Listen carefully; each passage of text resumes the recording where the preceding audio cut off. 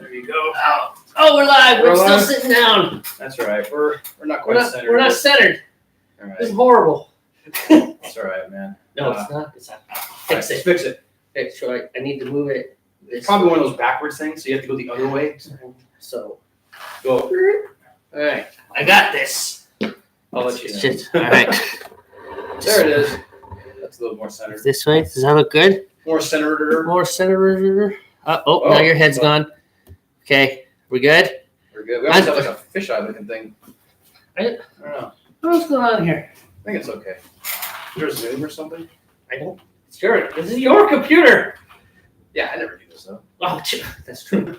I mean, I shouldn't say never ever because we've used it before to Yes. podcast. But anyway, Hey, welcome to another episode of the Northwest Brewmeisters. I'm Jamey. I am Steve. We are two guys from the Pacific Northwest who like beer. Think you should too. Absolutely.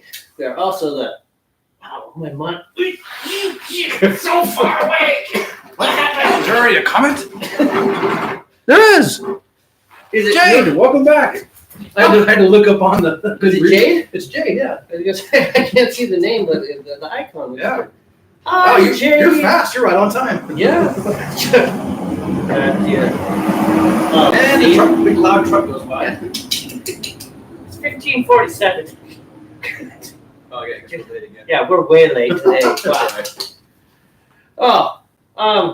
Anyways, welcome, Jade. Wow. This is usually we get through like at least the first 20 minutes before anybody shows up. I know, right? I don't know what to do now. We're all discombobulated. I don't know how to deal with this. All right, so Steve, tell me about your beer. All right, well, today's beer is going to be just a preformed kit from our brew supply guys called some kind of pale ale. Cascadia. Cascadia pale ale. So it's nothing super special. It's just kind of your quintessential pale ale. Somewhere I have my ingredient list. I am not prepared today. Not prepared most days. You think? All right, it's not. Now it's time for Jamey Alone. Wow, that was early in the broadcast. So how you been? I just got back from Japan. It was lots of fun. Well, actually, it's been a couple weeks, but so I don't know. How much longer am I allowed to say I just got back from Japan? Another week or so? Maybe another week, yeah. Another week? Okay. So and it's no longer just. It was. Yeah. I got back a while ago. Kind of thing. Yeah. A little while, and then a while ago, and then I went to Japan a while. Yeah. Right. Okay. So anyhow, we'll talk about that later. All right. So the style is an American pale ale. Their description is a true classic, easy drinking, everyday pale ale featuring Cascade hops throughout the boil. Hello, Nathan. Blah blah blah. Thank Hey, you. Nathan. I'm glad you appreciate our witty commentary. Now we are here to entertain you, and we get blah blah blah. Thanks. All right. Now you be quiet and listen to Steve. I can hear your keyboards tapping. My steeping grains are a half pound of Crystal 40 and a half pound of Carapils. I'm using 6.6 pounds of Pilsen Light malt extract and 3 ounces of Cascade hops spread throughout the 60-minute boil, the 15-minute, and at the 0-minute. And then my yeast is the 1056, which is, I think, just the American Pale Ale yeast. Doesn't have the name on it in this case. So if you've watched any of our previous episodes, the process is the same. I'm going to steep, I'm going to boil, then we'll add hops, and then we'll put it in a fermenter. It'll sit for a couple weeks. I'll transfer at least once. Let it sit for another 2 weeks, and then I will put it in the keg. So usually about 5 to 6 weeks, we're drinking the beers we make. Yeah. Keep talking. And that's pretty much all I have for this. Yeah, we had a long hiatus. Jamey was out of the country, literally for a while. Literally out of the country. And so we took a little break time for that. But I had 3 kegs of beer the whole time, so I was good on beer. I did not, because I don't know how to fly with 3 kegs of beer to Japan. But as of yesterday, I'm down to 1 keg of beer. I see what happens when I come back. I know, right? Drink all my beer. But that's why we're doing this today, because we're going to start replenishing our supply here. Yes, at some sort of speed time. All right, let me drag up my recipe. Let's talk about my recipe. So, excuse me. I'm using Y yeast 1272, which is yeast. Yeah, that's totally yeast. Yeast. I know so much about my beer recipes. I do. Actually, so the truth is, when I designed the recipe, I was very careful. But now that I've designed it, I have no idea what I was thinking when I designed it. But I do know that this recipe came out great. So I'm doing 4 ounces of honey malt, 4 ounces of caramel 20, 2 ounces of special roast, 2 ounces of victory, 6 pounds of dry malt extract, Brice Golden Light, which means that it's going to be a super foamy boil. 1 ounce Centennial hops right at the beginning for bittering, 1 ounce of Citra hops for a little citrus kick. And then, you don't happen to know when I threw the orange peels in last, do you? It was at the end it was in the boil. Was it, so there was time after the boil? I don't quite remember. You'd have to go back and watch one of the episodes, I guess. Oh man, that was a long time ago too. So I didn't write that down, but I've got my oranges right here. So peel the oranges, peel, and throw them in the pot. Not the orange, the peels. We eat the orange. So at least I'll eat the orange. Or I'm trying to think when you did that, man. I don't remember the time. So I thought I could replicate this. I think they were in there. I think I put them in at 10. I'll tell you why I think that, because I tasted one after I poured everything out, and it had been cooked. Not like it had just been in there at the 0 minute and then chilled right away. All right, so we're going to put these orange peels in at 10 minutes. Hey, write it down. Just a moment. 10 minutes. I usually do, for the record, I've learned the value of documenting. So this beer is a fairly low ABV, between 4 and 5. Last one came out at 4.99, which is practically 5. It's enough to make you feel numb after a few. Well, yeah, but you could still drink it for breakfast, which is the idea. One, I wouldn't drink 2 for breakfast. Your boss might notice. Maybe, yeah. Yeah, sometimes like when I used to transfer beers before going to work. I would, take a little taste of it. Obviously, not get buzzed off like a half ounce of beer, but I used to take a little taste of the beers before I went into work. Yeah, which is. But now I just do it on the weekends, so don't worry about it. You work on the weekends? No, now I just do the transferring on the weekends. So. Oh yes. I can't transfer a beer without sampling it. And I saw that comment, Mr. It's not my fault I'm old. You'll get there too someday. You'll be old, your back will hurt, you'll need glasses and hearing aids. Just trying to read your medicine bottles. Nathan's giving me a hard time because I have to use glasses to see this itty bitty tiny phone screen. You have no idea. I can't believe he's so hurtful. So hurtful. You have no idea how it was such a huge, huge moment for me when I finally admitted I need reading glasses. You don't understand. It's like a coming of age thing, huh? It was a spiritual moment. Or is it defeat? It is defeat. It was horrible. Well, part of it was because I had for my entire life perfect fire going, man. I should have. That's why I'm doing this as I'm talking. I had perfect vision. Like whatever's the better than perfect. What I could see at 20. What most people had to be 10. I had that. Just amazing vision, and then aging sucks, man. It does. Where's my? For? Well, usually you put my kit right here. No, the kit's in the house. Again, unprepared. Oh, it's not your fault. We're getting back into the swing of things. I stayed up. Okay, just not ready to give in yet. All right. Be tough. Be tough, man. Don't admit nothing. Admit nothing. We're just going to go ahead and get the spotter going. All right, try this again. All right, here's your orders. We're just all sorts of a soup sandwich today. I was gonna tell. I was in the middle of saying I stayed up way too late. I stayed up till. Oh, thank you. Here's your foam generator. Foam generator. The big bubble party we're gonna have. That's what it's gonna be. It's gonna be an immense amount of foam. I stayed up till like 1:30 in the morning. What? Yeah. What are you doing, man? I was watching Bullet Train. Have you seen Bullet Train? No. Oh, you should watch Bullet Train. It is a classic high action, low plot, twisty turny, got you in the end movie. Oh, okay. It's got Brad Pitt in it. He's good. And some black dude who's really good too. He's got a British accent. Some black dude with. Yeah, he has a name, man. It's Lemon. Lemon. That's the character's name is Lemon? Well, no, it's not his real name, but that's what his code name is. Oh, okay. That his white twin brother gave him. White twin brother? Yes, white twin brother. Very touching. Is it a Woody Harrelson movie? No, I don't know who made it. No, but seriously, so it's called Bullet Train, and it is just a fun movie. Okay. You know, so it has lots of twists, one of those movies that you have to pay attention to. You know, unfortunately, so here's the nice thing. You have to pay attention, but if you don't pay attention, it does little flashbacks in case you weren't paying attention, which is nice.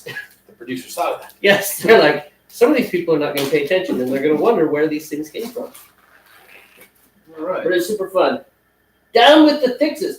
Down with the thickness? Yeah, that's... Oh, down with the thickness. Yeah, that's your former coworker, man. Right. Bill. What's up, Bill? Welcome. Yes, lemon and tangerine. The white twin brother is tangerine. Oh, okay. Yeah, I'll check it out, man. If you say it's a fun, just Yeah, well, the problem is predictable action movie, you know. it is. I mean, it has just a lot of. It's a fun movie. Brad Pitt does a good job. It's got some other famous dude who plays the main bad guy, but I cannot put his name, and I didn't catch it in the credits because it was 1:30 in the morning, and I had to be up by 6. Yeah, that kind of hurt. Huh? Yeah, it's painful. You should have seen driving home from Arlington. More coffee. Oh, it just dawned on me I just read this. I didn't realize this was a Scotch Alto just now.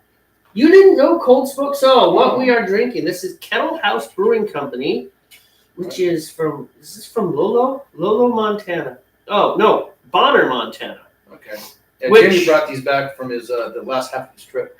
So Yes, Thank you, this is a really good Scotch ale. As far as it's not really a macro brew, but it's not a micro brew anymore. Right. You know, they're a full scale with distribution Right. and stuff. Although they're only distributed in Montana, so you got to drive all the way out there to get it. Totally worth it. it's not a problem for you since you have your family there, you know. I would do it even if I didn't. But On tap we have what they call Fidalgo Fog was their name of what they called their kit. Which essentially, if you ever had Anchor Steam, which I think originated in California, it's a clone of Anchor Steam for the most part. right. The Fidalgo Fog. Well, they did that whole story on it. It was in the hot break. You know, it was like steam ale came out because it was cheap, fast, and you could support all the gold rushers basically. Yeah.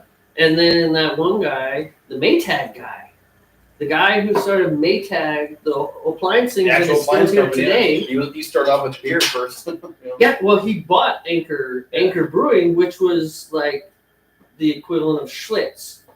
Oh, okay. Or, you know, just one of those classic cheap You're gonna have to go brewers. solo again.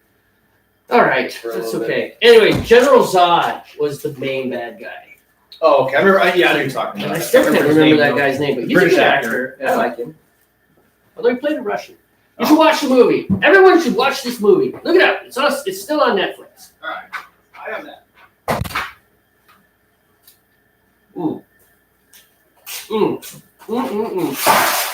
This is so good.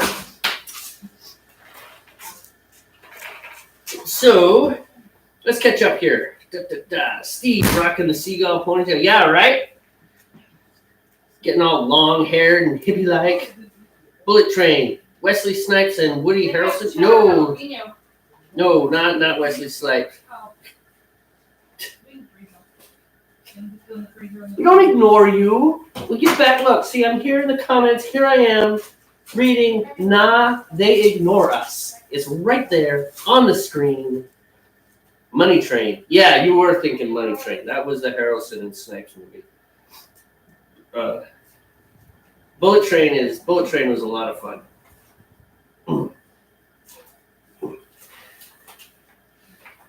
So that was it.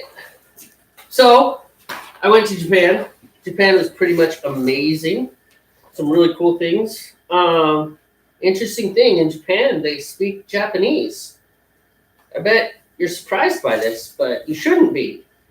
Although, here's the thing that you might be surprised. They don't speak English at all, which is, in a lot of countries. I've been to a lot of countries, because I was in the Navy, right?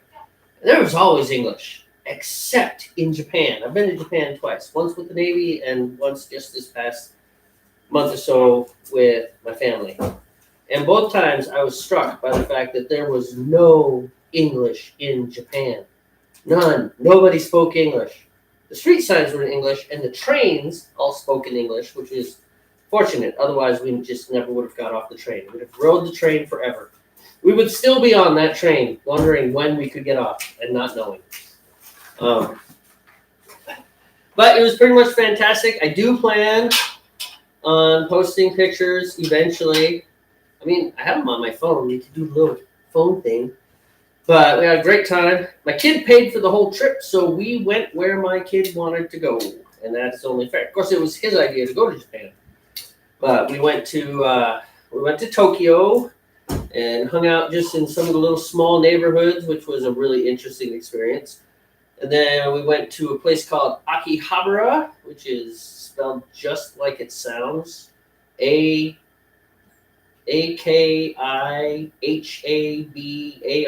Akihabara. Super fun. Kind of like the Mecca, the Jerusalem, the Shangri-La of electronics, if you will. If there's an electron, it has passed through Akihabara at some point in its existence. Pretty crazy place.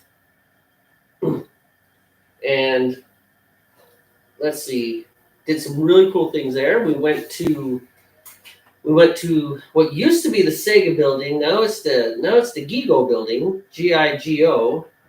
It still has the same stuff in it. And I forget which one. Timo has watched so many videos on this place that he was able to walk around like he knew where he was. And we went way up to the top and finally found the retro video games, like the original Donkey Kong, not the Atari 2400 version, but the original like arcade version, one stick, one button, put the quarter in. In this case, it happened to be tokens from the game store. And Timo lost badly. He didn't even last 4 minutes. I mean, it was amazing how quickly this kid lost. And it's frustrating to him because he couldn't just start again at the save point, right? Once you're done, you're done. 3 lives, sorry, game over. You're done. And he was just like, what? Because, all his modern video games are like, oh, I died. No big deal, I'll just restart. No big deal, I'll restart. Video gaming has gotten progressively less challenging. Sorry, everybody. I had to take care of things. Welcome back, Steve. Thank you. Talking about Japan and old video games versus new video games. So, I'm actually not sure how old. Lots of comments going on. Not sure how old one stick, one button.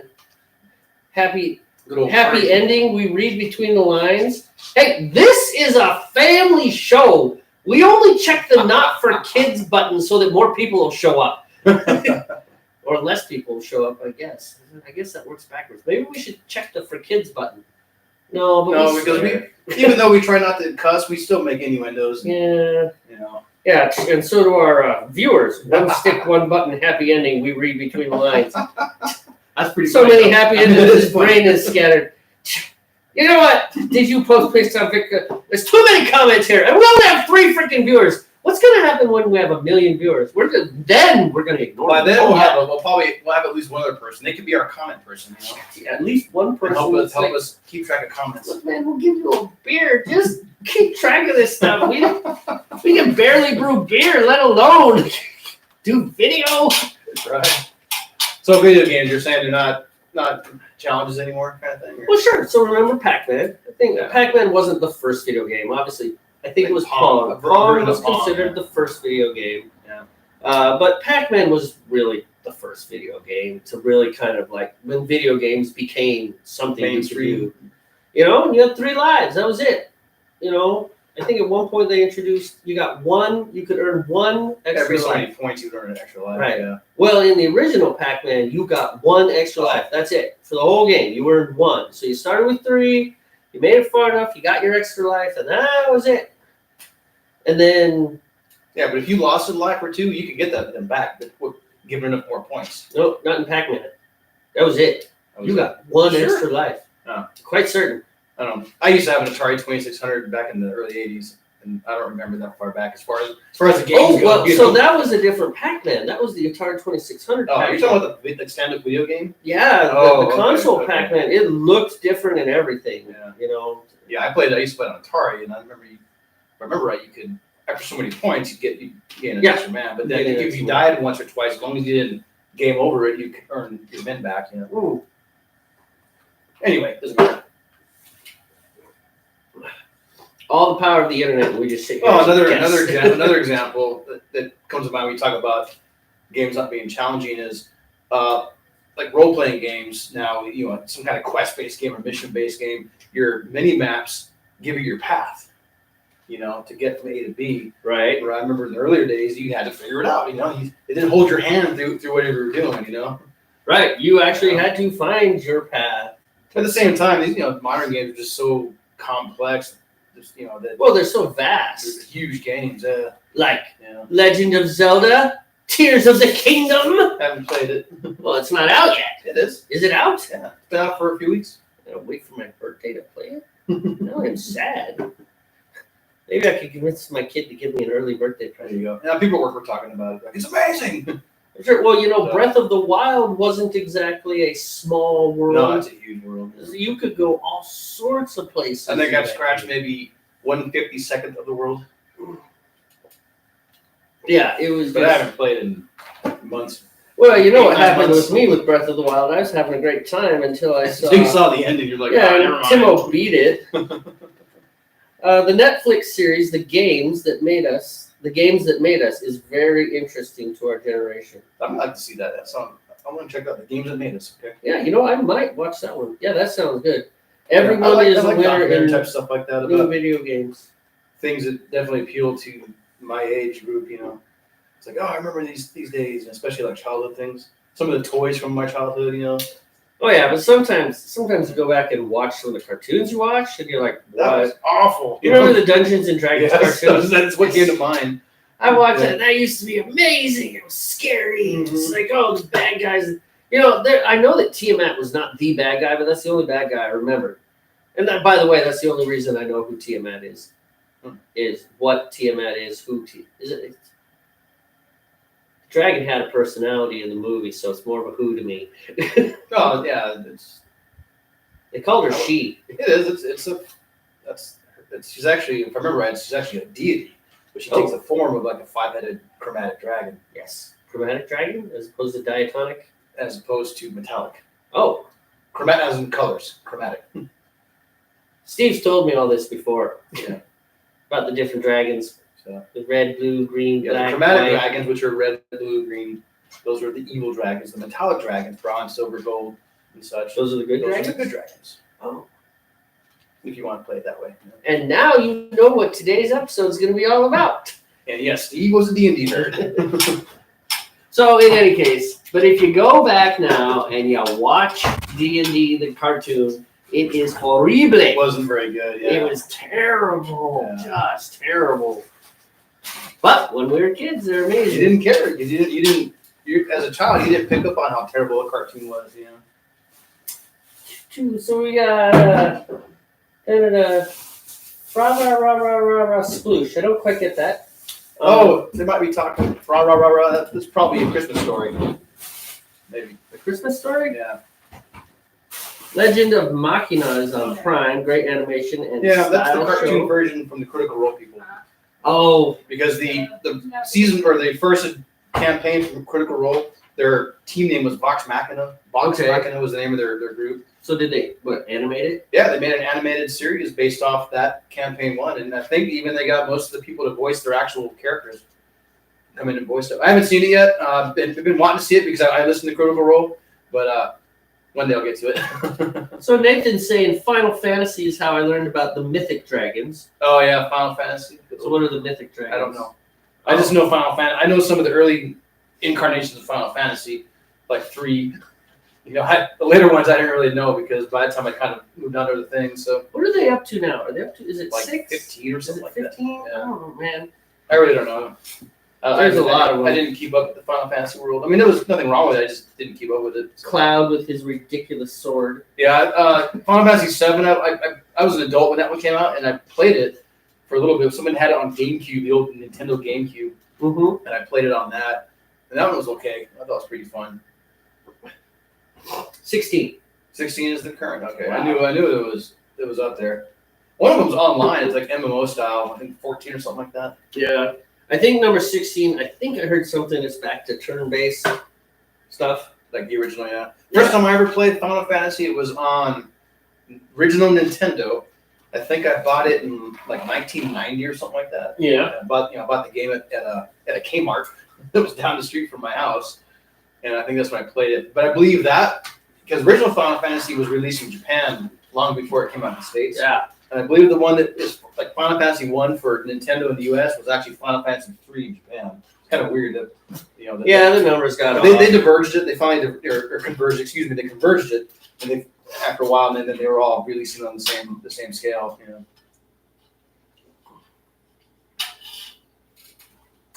I have I think it's Final Fantasy 4 or Final Fantasy 6 for my PSP, which they don't make those anymore. Those are a handheld of the past. Yep. Man.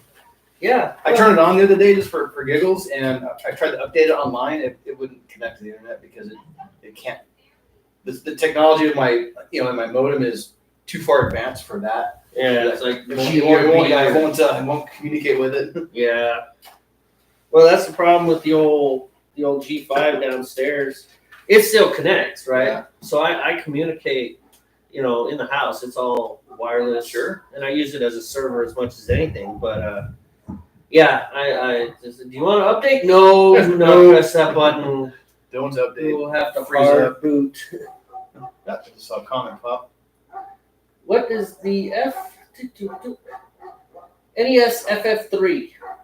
FF3, Final Fantasy 7. The FF7 for Super NES. All right, Final Fantasy 7. We've got some intelligence in the room. For Super NES was and is one of the all-time faves. Yeah, I like that version. I bought the new version just for nostalgic purposes. It came out for PlayStation 4, but last year before, maybe 2 years ago, I forget. They did like a remake of it, and I picked that up. Yeah. What are you laughing at? What is the window measurement behind you? Nathan's answer: bright by glare. Yeah, sorry. It's God watching, so be careful. God. Maybe we should hang a watching. flag or something over it. You should, with like a hop sleeve. A hop sleeve or something. Or, Yeah, it's probably ruins the experience. or maybe we could, or that picture that our avatar. That's pretty good. We could do Did that. you ever start your timer? What? You have to hit 150 before you start your timer. Oh, you're not. When you turn your flame down. Yeah, because I don't. Because every time I do this, I like talk and I talk and I talk because I like talking. Blah blah blah blah blah. Just like Nathan said. His first comment, man. First comment. Hi, Nathan. Blah blah blah. Thanks, Nathan. That's not the first time you started off with this comment. Well, no, he puts us in our place. That's right. Oh, what's your temp? 150. Okay. My point being, dear friend Steve, is that what ends up happening is I'm on full overshoots. afterburner, and then it goes. All of a sudden you're at 260. Yeah, it's like, which hasn't ruined any of my beers. But yeah, it's just like, all right, and we begin. All right. Holy I'm gonna let you go. Actually, I'm not even going to start mine until you finish yours, Steve. All right, that puts plenty of time between. I want a good cushion in between our batches. So there's not going to be any pot cam today, unfortunately, because Jamey forgot the power cord to his mid-2012 MacBook Pro, whose battery is torched, so we don't do anything. Yeah, I don't have OBS on mine. Yeah, so we're just using Steve's. This is pretty cool. That's that super zippy doo machine, isn't it? Well, not anymore. I bought it in 2000. It's in 2000. It was zippy doo. Yeah, it's a System 76. Right. Handmade in Colorado. But you said that one's not really called a laptop. It's called a desktop replacement. You gave it a workstation. A workstation. Oh, it's a workstation. Yeah, it was known as the Adder workstation. They don't make that computer anymore. Oh, really? Yeah, because its hardware and everything was equivalent to what you would find at the time in a contemporary desktop. Mm-hmm. And so it did everything. And I could actually upgrade stuff, and I could change the processor. I could add more RAM. I could add a bigger hard drive. It has 2 hard drives in it. So, yeah. And it's a laptop. Yeah, pretty cool, huh? Tiny, like super slim diet hard drives. Like my beer, diet beer. Diet hard drive. Making diet beer. And it has, the video card in it now is probably nothing impressive, but at the time it was a good video card. Yeah. And it's dual boot. I have it booting both Linux and Windows. So. Yeah. Nathan says, we have missed you guys, so this is what you get. Fair enough. Fair enough. Good to be missed. Good to be missed. Blast away, gents and lady. Away. Have we heard anything from Jamey? Has she said anything? No, but she's still here. There's 4 people here. So let's see. Us, because we always count as one. Oh, right. Because because you're actually viewing that as like a viewer, not through an administrator. It's going to drop to 3 in a minute, though, because Bill is at his new job. Oh, okay. And his lunch is almost over. So, well, thanks for tuning in, man. Yeah, that's cool, man. Congrats on the new job. Jade's like lurking, the little eyeball. I'm still here. All right. Okay. So, Japan was cool. We rode the bullet train. Shinkansen, if you want to know the Japanese term for it. And 186 miles an hour on a train. That's pretty fast. I rode one when I was stationed there, and it felt like I was flying an airplane but at ground level. That's how fast it was going. So, wow, this is amazing. And the seats were like airplane seats. Oh yeah, with the fold down table trays. Oh yeah, well, so there's different levels, right? There's like the green, which is like first class. I was on the mid grade level is what I was on. Right, so there's the levels where you always get reservations, and there's the levels where you just kind of shoot your luck. Which can you imagine having to stand up for 2 hours? Yeah, no, it wouldn't be very fun. I will tell you this: I've done it at concerts before. But if you've ever been on a Shinkansen, you will wonder what Shinkansen Brad Pitt and all these assassins are riding in. You'll want to ride that one, but you'll also doubt that it exists. It's like, okay, you took some liberties with the way that Shinkansens work. Serious liberties. Yeah, right. Well, of course, they have to embellish it to make it, more cool for the movie. Well, they also had to make it bigger so that they could actually have the fight scenes. Yeah, true. Yeah. But it was a hoot of a movie. But yeah, rode the Shinkansen from Tokyo down to Osaka, which we still haven't really figured. We can figure that out. I've got a phone that I'm not doing anything with. Yeah. We could use maps. Yeah, I know you asked me the day what that distance was. I couldn't recall the top of my head. But when I did the Shinkansen, I'm not sure if I'm pronouncing it right. It was from Yokohama to somewhere west. And then we ended up switching trains and going south into Nara. And we went and saw this huge Buddha, man. This thing was giant. Yeah. Like you could walk around inside of it and stuff, And then it was kind of more of a rural part of Japan. It was less steel and concrete and glass and a little more traditional, like with the bamboo shoots and, those kind of facades, I do not want directions from here to Japan. That's going to be a long ways, man. Yeah, it's a heck of a drive. I know my flights from Narita to San Francisco were about 10 to 12 hours, depending. One time I flew from Narita into Dallas. That was like a 16-hour flight nonstop, man. I was going nuts on that airplane. Oh, man, that sounds like, you can only sleep so much, Yep. And then those super painful to cancel. Come on. And I was in the middle seats. There was window side. There was 2 aisles. Because it had, a bunch of middle of the airplane seats. There was 6 seats in the middle, and I was in the 3rd seat. And that was the most middle you could get, man. It was terrible. Tokyo. Look around. Chiyoda, Tokyo, Japan. Doesn't matter. Anywhere in Tokyo. Find directions. I have to change this. There we go. Osaka, Japan. Which drive? No. Well, actually, I don't care. 308 miles. Okay, so a few hours. Yeah. But we took the train, and it took us 2 hours. Right. Yeah, because I know the grade of train, the fastest one had the least amount of stops.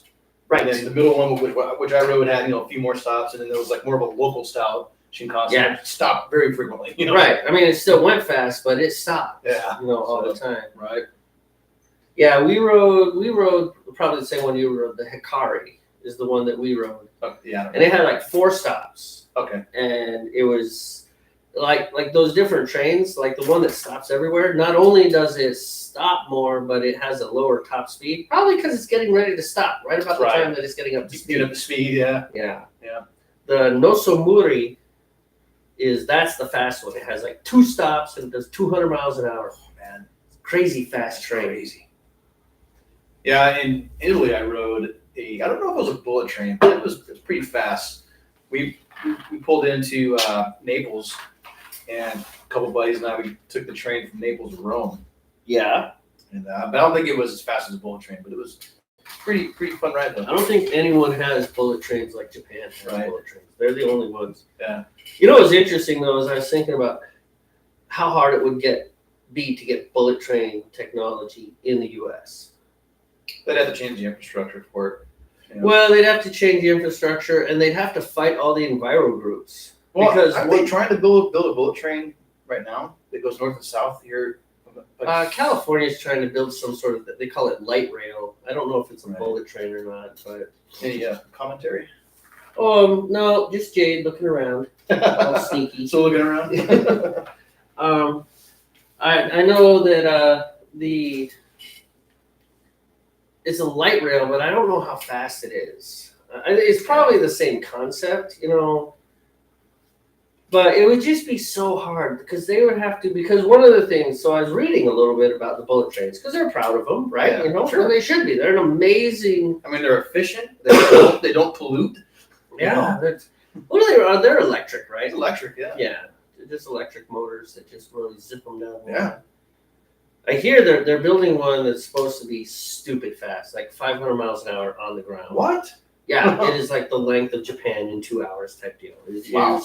I was talking with our friend Yoko, her husband Joe, who in the future I'm going to refer to as my friend Joe because he's the husband of my friend Joe because he's the husband of my friend Yoko, therefore he's my friend. Just be your friend then. I mean, Yeah, especially since he offered Timo a job. He's like, you know what? If you manage to move here, I will hire Timo. I was like, oh, you shouldn't say things like that, man. We can make this happen. Oh, one day I might go back. All right, so California's trying to build them from San Francisco to LA. Trip will take 2 to 3 hours. Okay. I made it from San Francisco to LA in 2 to 3 hours in a car. Yeah, I'm sure you're pushing the boundaries on that. Might not have been illegal, but I didn't get caught. Actually, I have no idea how long it took. Funny you say that. At one point, there was supposed to be a boat-like train that would travel between Tampa and Orlando, but it didn't happen. Oh, okay. Yeah, and so, so there's a couple things. Number one, building an interstate train system of that nature. What I was gonna let me go back to, as they were bragging, they said one of the reasons the bullet trains are able to go so fast is because they travel in straight lines. Yeah. There's a mountain, drill a hole through it. There's a swamp, fill it. There's a forest, cut it down. That doesn't happen in the United States. No, that would definitely piss off. You gotta cut out that forest. Wait! The rare 3-spotted white fluffy-footed owl mates there. Are you sure that's a real creature? Yes, I saw one. How dare you? It's on the endangered species list. I think you're lying. It's there. 7 years of litigation later, no train, and suddenly this imaginary animal's on the endangered species list. So I'm making fun of the bunny hugger people. You know, not that I'm all about extincting animals, and I think there's a point to that. It's like, yeah, you don't want to just wipe out all these animals' habitats. You need to wipe out seagulls' habitat. Unfortunately, that happens to be where we live. Yeah. Adaptable animals. I find their droppings on my truck quite often. Yeah. You should come on down to the store and just park there. Yeah. Sometimes the size of the splat makes me think like a big pterodactyl flew over and bounced my truck. It's like, good Lord, how big was that bird?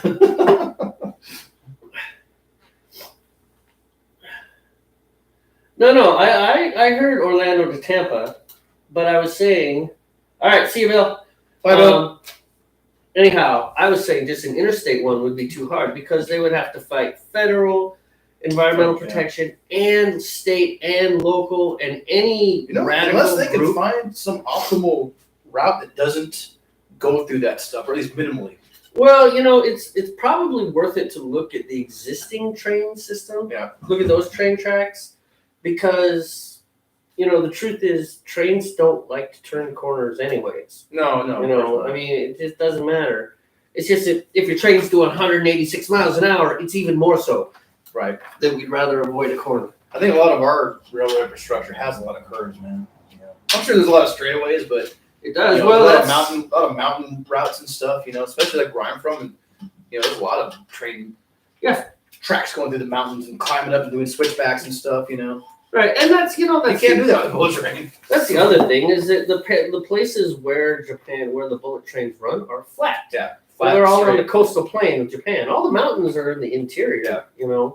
They just run up and down the coast, really. Sure. And it's just so it makes sense. It's all fairly flat, but you wouldn't have to have a pure interstate. You could do one from like Seattle to the foothills of the right. Cascades. That's what I mean. They could find the straightest points between the straightest line between 2 points with minimal environmental impact, probably, or hopefully, and then just kind of make a network of these straight points, where you'd have to switch trains somewhere, kind of like changing airplanes, Yeah, well, you have to do that in Japan. It's not like we just walked down the street and jumped on the bullet train. No. We have to take a train to get to the train. To get to the train. Yeah, I remember that. It's like I need 5 trains later. I'm at my actual port to get to the train I need.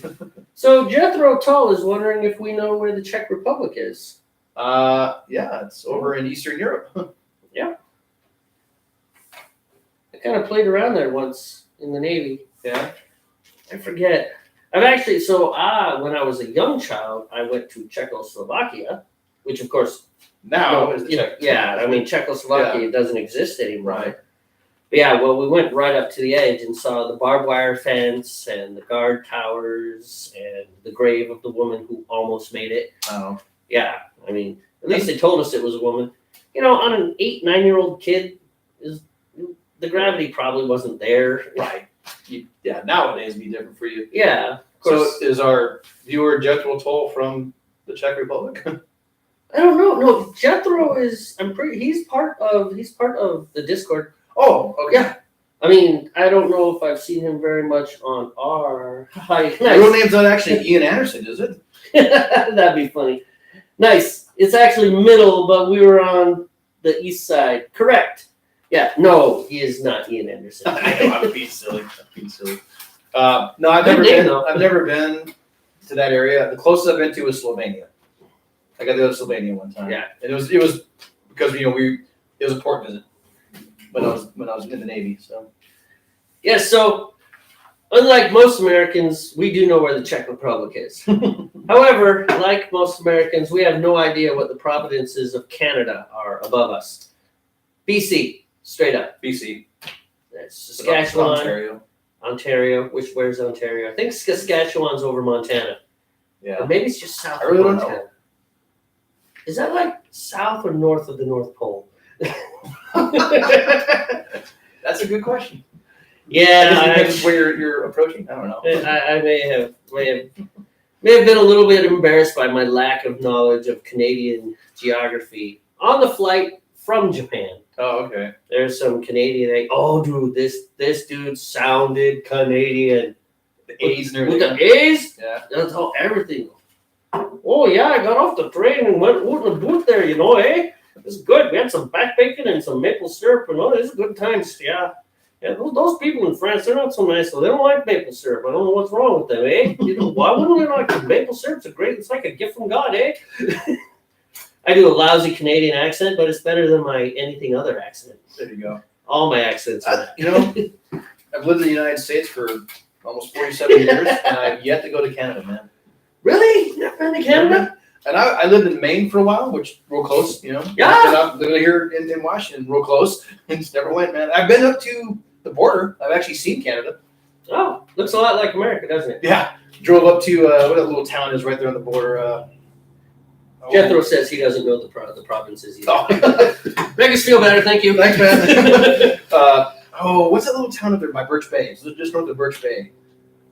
It's right on the Canadian border. with the United Like States. Blaine? Blaine, yeah. Blaine. Okay. I've been up to Blaine. Jonathan was parked up there one time in his RV, and I drove up there. So I've been to Canada. I've been to Canada a few times. When I was young, really young, like 4 or 5, I got lost in the Canadian Rockies. Yeah, you told me that story. Yeah. Yeah, I mean, it was roads, and I was found. It was the second time in my life that I ended up at the police station. Or maybe it was the first time. Nice. Forget. Yeah. Oh man, we got a giant horse flying here. Well, most of my police station visits involved me being lost, including the time in Germany. And I've decided that all police stations serve strawberry pop. Oh, nice. Because every time they give me a strawberry pop, I'm like, I love this stuff. I have to depart for a second. All right. I need to move my carboy and grab. Oh, you're still working on that beer. That's because I'm talking too much. Sorry. Anyhow, but he left. I told him the story. I'll tell you the story. When we were really young, some friends of my parents moved to Canada. Cranbrook was the name of this town. And my mom and my dad decided to take the family up to go visit them. So we went up into Canada somewhere, north of Montana, but in the mountains. So it was probably north and west of Montana. And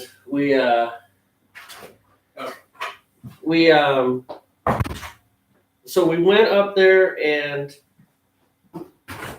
the husband, I wanted to go fishing. And I wasn't being a brat, by the way. I wasn't being a brat. But I was like, can I go fishing? And he's like, yeah, there's a pond right over that hill. I don't think he really expected me to go for it, because what he meant is that there's a lake over that small range of mountains. So I grabbed a fishing rod and I headed the way that he pointed. And I just got lost. Got picked up by a nice Canadian couple. Actually, a family. They had 4 kids. They took me into town and then dropped me off with the Royal Canadian Mounted Police. And I hung out there, and then eventually my parents came and got me. Right. So, yeah, that was my adventure in Canada as like just a wee lad. That's a wee lad. How much time's left on your seat? Not too much. 11 minutes and 30 seconds. Okay. Let's see what's here. Jethro. That's fine. I'll wait. Is that a thing in the U.S., brew beer? Because we have a lot of small breweries. Steve, feel that one. Well, it is. It's quite popular. I mean, I don't know. I can't put a number to it. Like, I couldn't tell you, like, the percentage of Americans who like to brew beer. But, I mean, I know it's a popular thing, microbrews and what we do. So it is a big enough thing here. I mean, every state has homebrew supply it stores. Supports a supply industry where you can go buy your ingredients and grains. Yeah, right out. I mean, it is a big enough thing here. Some people take it to the next level and they open microbrews or little tap houses and but we just brew. These make 5 U.S. gallons, and it's legally what you're allowed to do at home, without a license. But if we brewed 10 or 15 gallons, nobody would care. Then when it becomes a problem, like I think if we were to try to sell it or distribute it, Well, yeah, because then it's taxes. They really don't care about the health stuff. You can poison your whole neighborhood as long as you pay your taxes. Pay your taxes on it. Pay those alcohol excise tax. So it's like during COVID, the marijuana shops and the alcohol shops, right? They were considered essential businesses. Restaurants, they had to close. Construction, that had to close. Right. But let's not shut down the marijuana shop. And of course, they gave a BS reason. Oh, well, we don't want people stuck at home and then they're jonesing for their weed and they'll go crazy and commit suicide. It's like, yeah, no. It's like, what? First of all, I know a lot of potheads, and they've been saying for years that stuff doesn't happen with weed. It's with the other drugs. Talk to me about taxes. That's a big thing. This is the hugest thing. If they would just be honest. All the lies. They sit on a throne of lies. Lies. So, in answer to your question, Jethro, it is absolutely a thing. Let's see. Florida has one of the highest volume of microbreweries in the world. Construction didn't shut down at all. Yeah, you know why? That's because you lived in an amazing state. I know, Florida was like, we're not playing this. Yeah, I mean, and people land on different sides of that. Why am I tapping my thermometer? My heat's not even on, man. Muscle memory. It's your thing. every state has microbrews, craft brews, home brewers like Jamey and me. You know. I think you should laugh so hard you cry, Jethro. That's what you should do. There you go. His question was, should I laugh or should I cry? Laugh so hard you cry. I wonder how it is other parts of the world. I mean, maybe over in England is it a big thing? Is he? Are you in England, Jethro? Is he British? Yeah. Are you part of the? Are you in the UK? The English crowd or the UK crowd? I don't think everyone on the server is right. necessarily from England. Around the world, yeah. I'm sorry, I don't know the ethnicity of every person on Peter's server. Right. I will work harder. I'll get back to you on that. But I'm just curious how in other Western cultures if it's popular. Like what's that? Brewing. Brewing. Oh, yeah. Well, we started to talk about COVID and government and taxes. That's like right. which topic are we? No, I'm just kind of asking a question. Like, hey, if you're in the UK, is it popular over there as well? For people to make beers in the garage or whatever, So complete Czech, as in the Czech Republic right now. Oh, okay. Nice. Thanks for joining, man. Yeah. Watch stuff in USA. Oh, sure.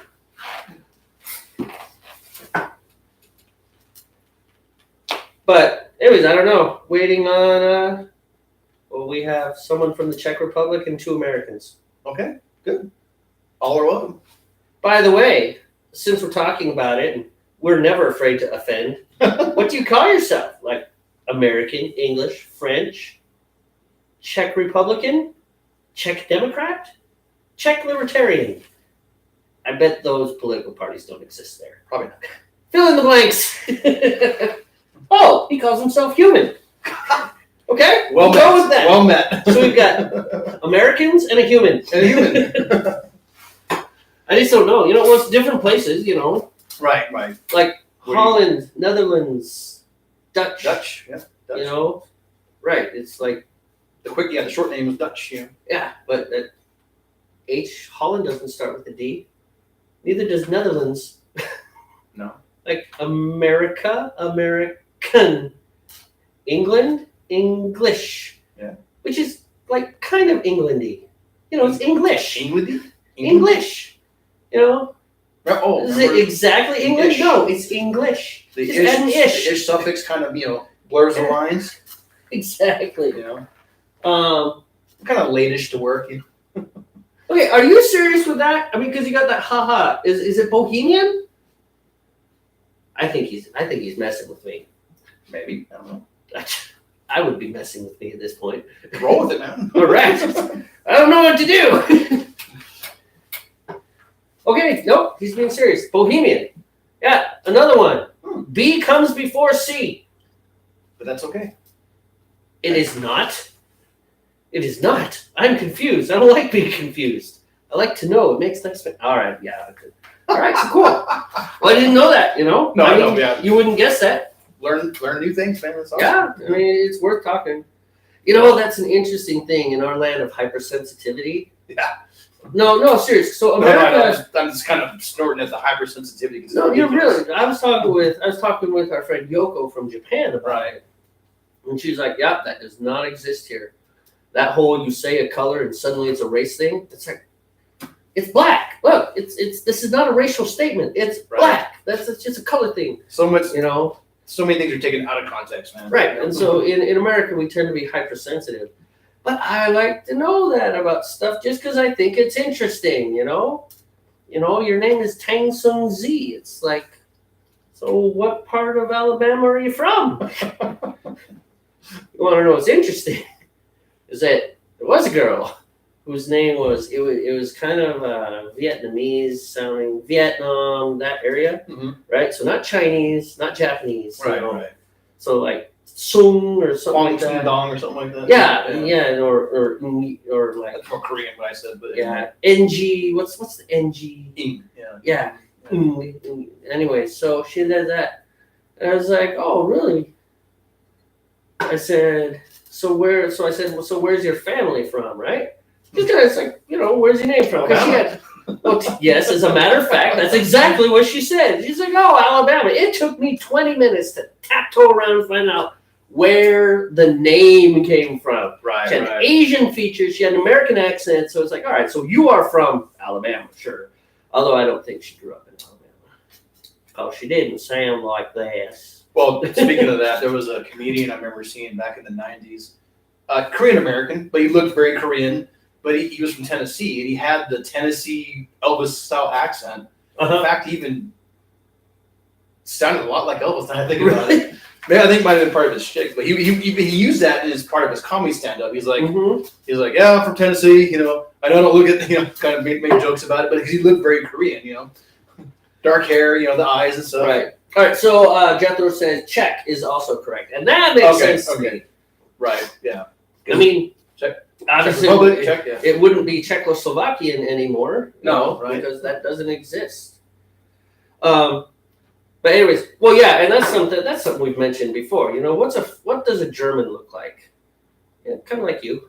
Well, I mean, if you want to be you're a German. Aryan about it. What are you, German? 6 foot, blonde hair, blue eyes is like what they wanted to be, Not what they wanted to be. I know. What do they look like? Well, no, Germans typically are lighter colored hair. I guess they're maybe not anymore, but like the classic German was seen as lighter, blonde hair, blue eyed, 6 foot tall, kind of thing. But English, Chinese, Japanese, Korean, I mean, those things are like Nigerian. Right. I know Nigeria, it's really weird. Why would you pick a country in Africa? Because the Nigerians actually have a very distinct look. Right. Well, some of the people from Somalia, they look different than other people from Africa, yeah. Yeah, they have a distinct look. It's like, you're from Somalia, or at least your lineage is. Just features are a little different, But what does an American look like? I don't know, we're such a melting pot, man. So. Yeah, I mean, even though we have problems with all that, it's still... 200 years ago, I'd say we look like English people. We would, Or we'd look like Native Americans. There's that as well, yeah. Right. One of the two. Right? One or the other. But right now, and of course that's happening in much of Western society, right? Because like you mentioned, there's huge immigrant populations in Europe and in England. Most of their immigrant populations are from... Well, the world is mixing, Yeah. Which is a nice thing. Not everywhere, obviously, but... Let's not lie. Half-breeds are pretty hot. A lot of your mainstream countries, populations are mixing, man. It's just what's happening. Well, yeah, as people move around, run from war, or just want to move someplace. I don't know how much mixing is happening in North Korea. Okay, so maybe not there. And maybe some of the Middle Eastern countries, they're a little more closed off. There's probably less mixing going on. But a lot of your Western cultures are mixing more. And with maybe some African culture too. Anyways, the point is, the girl looked Asian. Right. She had the eyes and the slightly... Alabama. Yes, exactly like she was from Alabama. She had a very American accent, but it was not a Southern accent. Gotcha. It's like, all right, your family might be from Alabama, right, but you are not. You grew up somewhere else. Or you worked really hard to not have the Alabama accent. Right. And then it kind of cracks me up thinking about our country from like a 10,000-foot view, and you look at the different regions of the country. And the accents change. I noticed, like when I was in Florida, maybe Nathan can attest to this, that a Florida Southern accent was different from someone like maybe a Georgia or Alabama accent. It just had a different twang to it. I know twang is more of a Texas thing, but just inflection. We'll say inflection in the voices were a little different. Then if you go west, you get Texas, and Texas has its own dialect, its own style of accent. Now that you're done, I'm gonna keep my fire off. And then you go up to the Northeast, you got the Boston. Now, I lived in Massachusetts and I lived in Maine. The accents are a little different, right? The two states, So Nathan says that in 50 years we're all going to look like Marklar. I don't get it. You're laughing. You must get it. I don't get it. I'm laughing at that when I got the word. I'm not quite sure what that is. I was going to look it up, but then my timer went off. We're going to look up Marklar in just a minute. Oh, he'll probably tell us, but That's all right. All right, let's get some flame going. Flame on!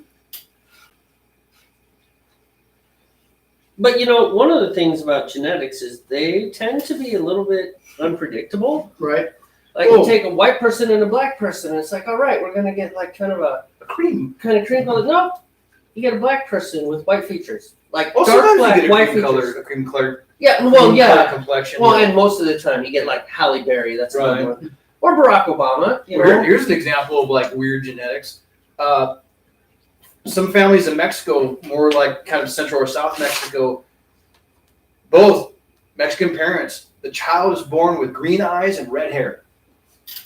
No infidelity. No infidelity. No kidding. It's just a weird genetic thing that happens, man. So when you say Mexican, you're talking about like down in Mexico. So the Indo-Spanish mix of races, because most of the Hispanics down there, that's what they are. They're a mix of like Spain and their the skin Native color American lighter too. It's like an anomaly kind of thing, But red hair. Not like Ronald McDonald red, but just red or hair that's kind of red. Not quite. I wouldn't say they're a ginger, but the hair is not what you would expect from two dark-haired Mexican people. You know what I mean? Right. I can't believe you said ginger, man. It's so offensive. It's a root. It's a root.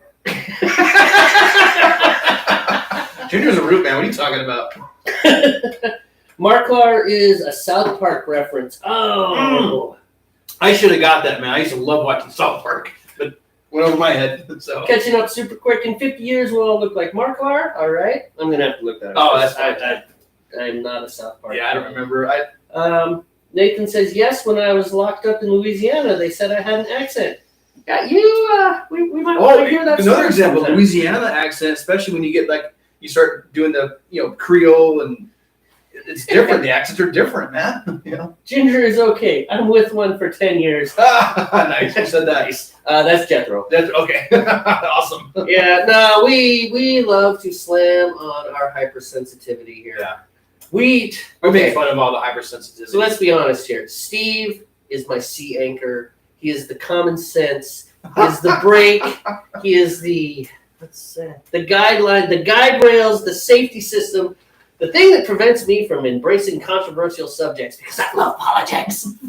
But the truth is, you know what you don't love, my friend? What? Your beer. You're right. I'm just playing. I'm just giving you crap, man. Well, it's serious. I do. I love politics, and I love to embrace controversial subjects. But the truth is, my buddy's here, and this is his channel too. And so it's like, look, man, I don't want to spend the entire channel arguing about something. So, no, I got you. But I still like to hack on the fact that in America, at least, we are just stupid. I mean, seriously, man. In Europe, we are just used to... I wouldn't say we're stupid. In Europe, we are just used to hating each other. Oh, wow. Okay. Fair enough. Yeah. Well, I think that's happening here now, man. There's just so much divide, I don't just mean politically, but just divide. Well, the thing is that it could very well be that people... I just hope we all don't become feral. Well, I think there's a limit to how many human beings can abide under one system. Right? Sure. So out here in Washington State, we have certain cultural norms, right, that are different from New York. Sure. Not even close. Like, maybe not quite as much of a culture shock as going from Washington to Japan, but still a culture shock. You go to New York and you do something like, oh, we don't do that here. Right. It's like, why not? Reminds me of an old episode of Seinfeld, but anyway. But, yeah. Why don't we have scissors? Why have we not purchased scissors yet? Because we're always prepared. Most professional broadcast this side of the broadcast. Anyhow, it's just this idea that maybe we're trying to control too much from one location. That's one of the reasons Rome fell apart. They just couldn't manage. They were too big. They couldn't manage themselves. That and the fact that Nero was crazy.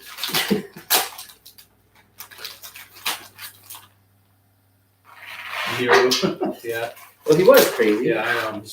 You mentioned that. I was just thinking back a Western Civ classic like 100 years ago. I didn't know you were that old. You look good, man. You look really good. I moisturize. Ah! Ow! Bring on the foam. My spoon is hot. Ow, ow, ow, ow. That's super hot. Dude, you left it on your pot the whole time. Look, be quiet, man. I don't. Look, It's funny. you're supposed to empathize with me, not. I feel for you. You are a liar. You are a bad liar too. You're not. You're not even good. We'll give away my eyes. Yeah, exactly. Oh man, it's gonna be one of those nights. Yes, it is. Yes, it is. You might have to hang out for a while after we get done brewing. It's okay. I start 15 minutes later than normal, so that means I can stay up 2 hours. 2 hours later. Hey, would you? You need a refill? Mm-hmm. Would you like some Fidalgo Fog? Yeah, I would. That's Okay. a good beer. Since we have the same glass this time, and I apologize for the Bud Light glasses. I will flog myself later. All my other beer glasses were dirty, man. Do you know exactly how hilarious that is? Bud Light glasses. Never mind. It's sacrilegious, man. Well, it's not just that it's Bud Light. You know, we make fun of the macro brews. Oh, Bud Light bullshit. But it's Bud Light. Yeah. Yeah. And this is. It didn't even dawn on me about that, man. Well, it didn't dawn on me either until I just thought about it. It's like, not only. That's funny. That's funny. Here you go. No comment. Yeah, it didn't even dawn on me that the glasses were Bud Light in that sense. I forgot all about that, honestly. Better to drink your beer out of a dog bowl. Did someone say that, or was that you? No, that was me. Let's see. Yes, in Europe we're just used to hate each other. And then he says, I mean more honest. Okay, that's one way of putting it. No, actually, obviously he lives there, so he's not wrong. But I understand what he means, though, because people aren't afraid to say you screwed up. You know, or somebody's doing something stupid. You know, they're going to tell you over in Europe, "Hey, you're doing something stupid." You know, not worry about being, offending somebody. You know, that is something. I guess, yeah, definitely America needs more of. For one thing. Backbone, to not be afraid. Oh, spine! I thought you said spying. It's No, like, spine. Like just no. not be afraid to tell someone, "Hey, you're messing up," but Right. then at the same time, let me help you, or something. I don't know. right. I mean, Instead of making it an attack, make it attack them, but then offer to help. I don't know, man. well, Maybe I don't get it, but sometimes it's like, let me help you by hitting you in the side of the head. Come on, dude. You don't do that. Was that you and me that were watching the person talking to the difference between East Coast and West Coast people here? No, continue. So I don't remember the full. I can't quote it, but they were talking about the differences in attitudes. Let's say on the East Coast, you have a flat tire and you're out there trying to change your tire. They said someone on the East Coast would pull up, give you a bunch of crap, but they would help you. Like, "Yeah, you idiot, what are you doing out here?" But at the same time, they're helping you change your tire, But then on the West Coast, like California, they'd be like, "Oh, that poor soul, I feel for him." But they wouldn't get out and try to help or anything. Right, they just drive away. They just comment on, "Oh, that poor soul." Let me empathize with you. How about you take these lug nuts off so I can do this other thing? No, I'm feeling with you. Your feelings are important. Yeah, the West Coast is kind of a soup sandwich, that's for sure. And then where we are, Pacific Northwest, which I don't know what we. The only thing I know that we do in this area that's weird is we can't merge. Well, so original. Not original, but native Washingtonians, if that's even a thing, can't merge. I'm from Texas. I know how to merge.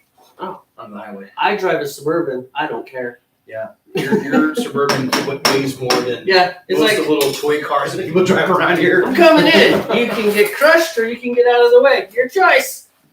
Actually, usually I'm pretty polite. Mm-hmm.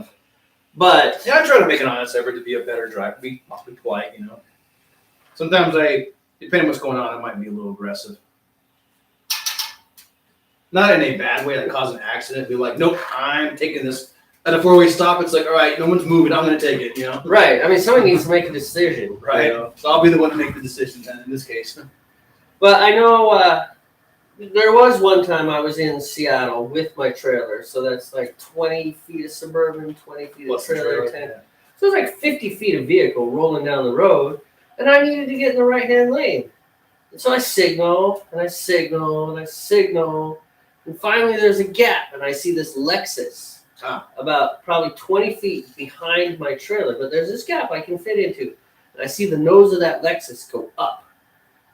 He was going to cut me off. I was like, nope, I'm coming in. And he ended up in the ditch. Like, not crashing, but like he was on the shoulder, 2 tires in the dirt. It's like, no, man, I'm coming in. That was a jerk move. Yeah. I'm having a hard time. That's what I noticed about this state. There are just aggressive drivers, like passive aggressive drivers in the same time, you know. That's possible. Guys, where is the meat? What meat? It's the meat. All right, I don't know. Jethro's asking where the meat is. Are we talking about like food? You mean like grilling or something, or? Oh, we don't eat because you get less drunk if you eat. Actually, we don't try and get drunk either. We made beer once. We try to maintain. This is a friendly buzz, yeah. But genuinely, we tried to make beer one time and we drank way too much before we got started. Oh, we had to get my wife to read the recipe to us, and it didn't come out very good. No, we dumped it. We dumped it? That was one of the like 2 batches in our entire lives that we dumped. It was just like, this is horrible. Oh, we screwed that up. Yeah. So Nathan's saying that Florida is right down there with us with the no zipper skills. Oh, okay. Yeah, bro. I haven't been to Florida. Well, I haven't lived there since 2000. That's when I left there when I was in Jacksonville. But I visited, in a sense, in 2010, briefly when I was still in the Navy. The ship pulled into where was that? Oh, I can't remember the name of the port in Jacksonville.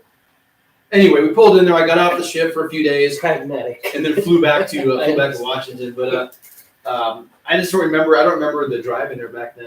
Yeah, it's been so long. I don't remember. I didn't drive in Florida. I mean, I lived there for a long time. Yeah. Well, I mean, by the way, Jethro says pragmatic. I understand exactly. There pragmatic. You go. Right. Yeah. Yes, sir. Occasionally we have snacks. We have oranges. Sometimes we bring out popcorn or chips and stuff. Do you want something or? No. You're good. Okay. I'm good. I have snacks. I'm actually kind of full. We eat after church. Yeah. I ate before you came over. I ate too much, and then for some odd reason I had a piece of pizza at home, even though I was already full. And then I was uncomfortably full. Now I'm drinking beer, and I'm just uncomfortable. You're going to become more full. I'm fat. Don't look at me.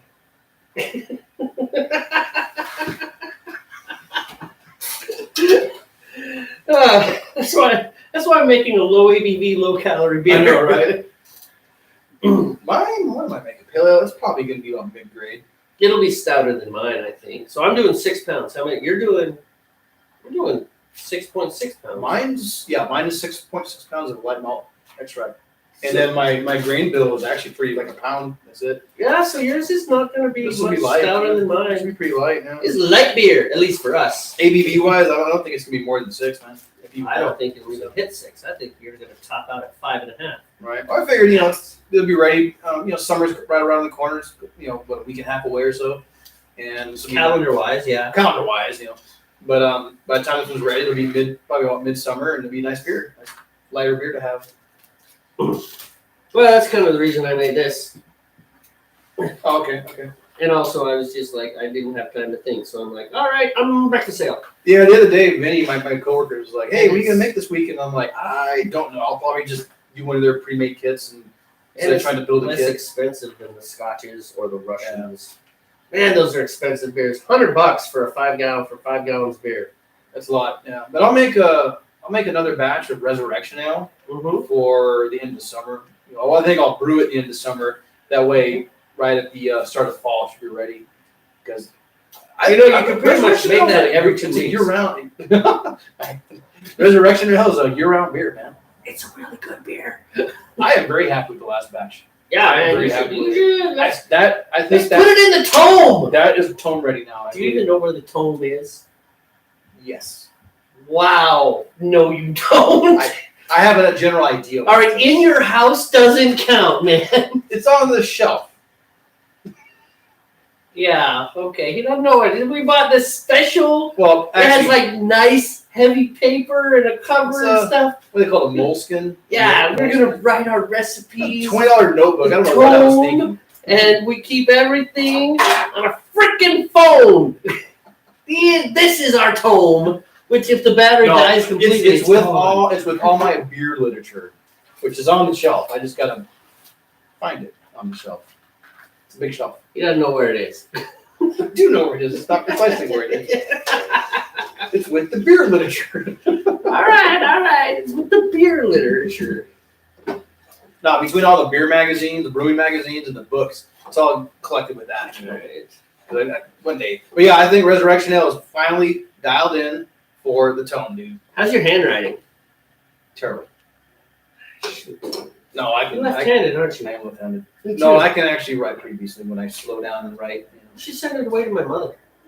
I bet your mom has amazing handwriting. My mother's handwriting is like script. Oh wow. It is like she writes something and you typed and printed and stuff. It is like that quality every time, just gorgeous.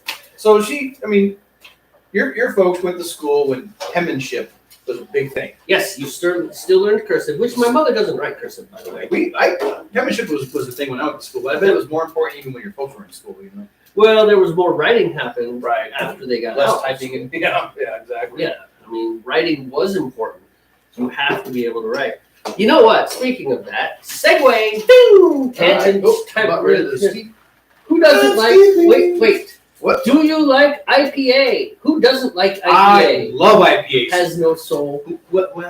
Jethro. I love IPA. That is my beer of choice. He likes true IPAs, New England IPAs, West Coast IPAs.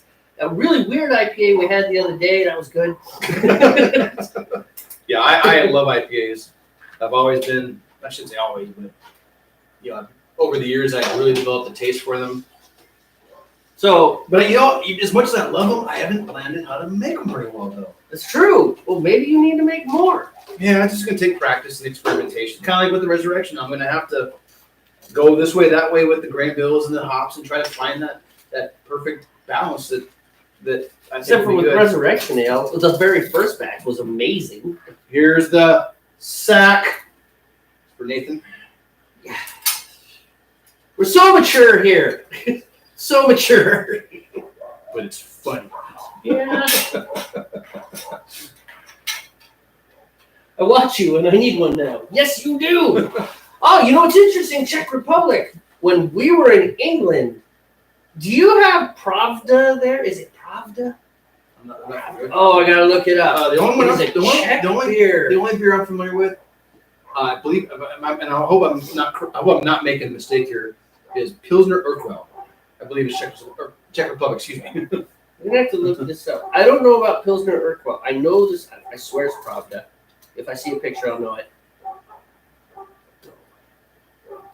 Pravda is a Russian broadsheet newspaper. Okay. Doesn't sound like a Czech beer to me. Yeah. No, that was wrong. No, if you can find that beer, maybe we can find an import here. That'd be fun. Oh man, it was hard. Czech beer. Look, it's a Pilsner. Starts with a P. These are the best Czech Pilsners available in 2023. Let's just look through here. What do we got? I will be back. Okay. They're All right. up to the barn. Check on Smokey. Okay. He's lame and his back leg is pretty swollen. So Okay. the farrier worked on his feet. We're just gonna go make sure that his feet look all right. Put some lemon and possibly cold ones real quick. Okay. And then when I get back, I'll make dinner. Touch this. That's fine. Touch this. Anything you need to do? Okay. The pork chops are just gonna go in the oven. Okay. So, It won't be long. We'll be probably 30 minutes or so. Okay. Sounds good. Okay, bye. Love you. Bye. Pilsner Urquell, straight. So both. Sounds correct. Right. So Pravda equals truth. That is not the beer that I was thinking of. Oh man. I've had Pilsner Urquell before. It's good. Good Pilsner. So anyways, I had an import version, so I don't know what it tastes like in Czech Republic, but local friend who owns a brewery called Turn 2 Brewing has recently got distribution for Florida. Soon the lower 48. As soon as that happens, I'm sending you some cans. Sweet. That'd be awesome. that'd be cool. Hell yeah. Totally cool. Hey, so in answer to the IPA question, I too like IPAs. But my home base is dark I better beers. start my timer. I like brown ales. I like stouts. I like porters. I like Scotch ales. I like a lot of English beers, really, now that I think about it. Too hot. But those are the beers I like. And like Steve likes those too, but he's an IPA guy. Budweiser? Okay, so, wait, Budweiser. You're like, wait, look it up. Go back here. Yeah, really? Well, you know, the name Budweiser is interesting because, so Budweiser over here is known as Budweiser, right? Right. But there was a lawsuit on the other side of the pond, and I forget where. And they, although I want to say that, no, not Czechvar. No, not Budvar. Okay, Budvar. Born in Czechia. Wow, that's a hard one for an American mouth to say. Czechia. Czechia. Czechia. You'll find it imported in cans, pours with nice decant, yada yada yada. Sauce herbal, and floral with Pilsner malt ready sweetness. Too much flame. Here we go. Could have sworn it started with a P, Jethro. It's not that important. Anyhow, it was just, it just struck me as like, you know what? Here's a guy, you got a guy from Czech Republic watching us. And when we were in England, that beer that Wendy liked, her favorite beer in England was actually from Czechoslovakia. Oh, it was? Okay. Gotcha. She tried it. She's like, look up a clone for me. And I couldn't find it. We should check out the Beer Works, man. See if we can find some beers from the Czech Republic. That'd be cool, Might be able to. Maybe. We'll see if he has the imports, Specifically Budweiser beer. Czechia. Oh, with a K. Do you need to cross? It's okay. Go ahead. Special guest appearance by the middle 2/3 of Steve's daughter. That was it. I hope you like that. All right. You're a celebrity now. Yep. Famous. YouTube famous. You better enjoy it now. It only lasts 15 seconds. Never mind 15 minutes of fame. Yeah, 15 that seconds of doesn't fame. happen. All right. CH is a hard K sound. CZ? No, CH is a hard K sound. Okay. I have been corrected. We have been educated. Czechia. Still hard for the American mouth to say. Czechia. Not quite as hard as Czechia. Yeah, Man, I can't win with the sun. It's We brew true. at your house, the sun in my face. We're brewing in my own house, sun in my face. The sun hates it. We Or are getting it a loves flag, you. dude, with a big hop leaf on it. Yeah. Or not hop leaf, I say we get hop a pie, flag whatever. with that photo that you like. That's our avatar on all of our public social media. Like in a black and white or a posterized thing just to print. That'd be cool. Come on, it'd be cool. It would be cool. It'd be Seem a expensive. little, like, what's the word? Like, oh, we're gonna hang up a picture of ourselves behind ourselves. It's the broadcast, dude. It's one thing if you have it tattooed on your forehead. It's like, look. It's like, no, but wear your own swag. Okay, yeah, that's pretentious. I think that's the word you're looking for. It is. But it's in the podcast. It's okay. We can do it. I don't mind being a little pretentious. Oh, we got boilage, and we didn't boil over. You were foamage, too. Yeah, well. All right. Lots of foam. So we got to get this under control. There we are. Now we gotta focus. Going for the top, trying to boil over. Of course you are. Calm down. So now, Steve's right. We do have to focus. We boiled over many a beer. Beer and wort everywhere. Yeah, it's funny as it's going to sound, my garage has been mopped probably about 10 times now. Yes. His garage has been mopped more than his house. I know, right? Okay. I'm in the spots in history. Well, duh. Why are you making it sound? The way you said it. Actually, this whole, from where you're standing all the way to the door has been mopped before. You're making it sound like you're like from all of the garage. It's the way you make it sound like you said this garage has been mopped from more than our house. It was a joke, I know. Wow. My daughter's taking it very literally. You can't just let her sleep outside. Yeah. I wouldn't mind. It's called camping. I have plenty of supplies. Trust And me, it- you would yeah. change your mind. Yeah, go ahead, cross in front of the Yeah, it's camera. okay. You know, we are broadcasting. Well, Goodbye. professional broadcast. Very professional. One day we're gonna be in a studio. It'll be awesome, One day. and we'll have like people that serve us beer. Like we want to get up to get the beer. We'll just talk and be brilliant. We'll drink beer and know things. Yes, exactly. Without getting sued for copyright infringement. Comment? Oh, Hold on. You're stabilizing. I'm trying to get control of this thing. It's either way foamy or it's not enough. All right, there we go. The classic rolling boil.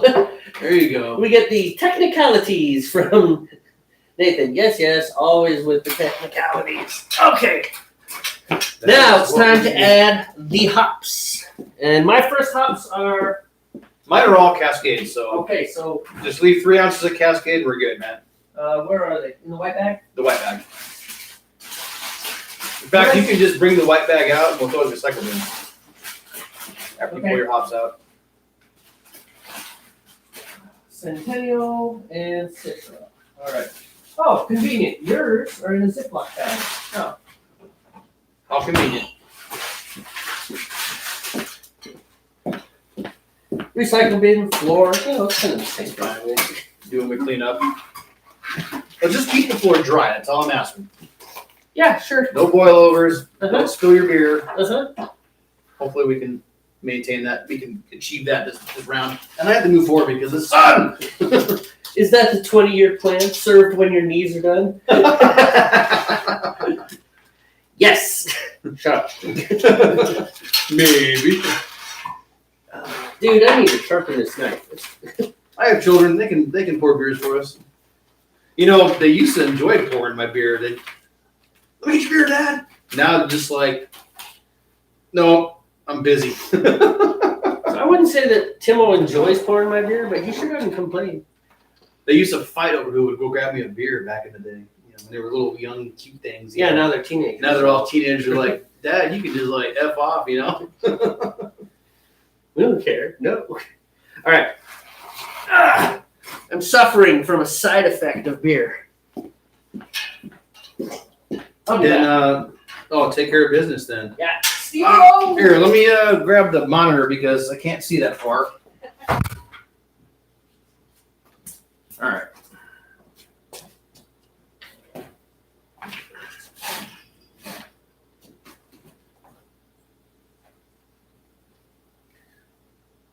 There's quite a delay between what I'm doing and what I'm seeing on the monitor here. It's amusing.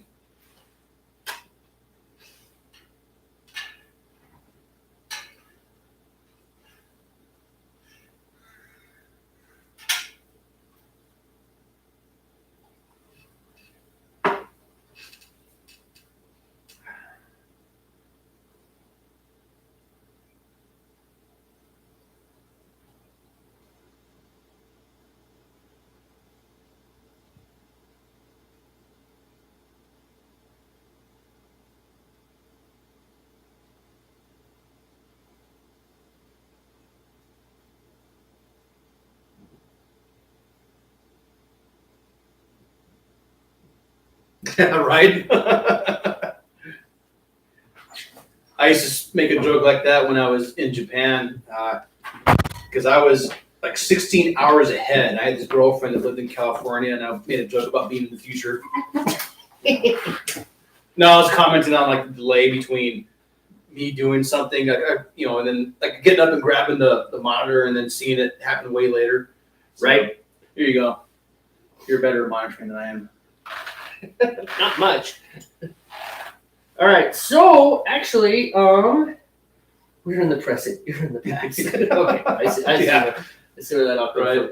Wow, dude. Now it's like the whole power of God is descending upon you. I know, man. All right. Hey, you know what we haven't done yet?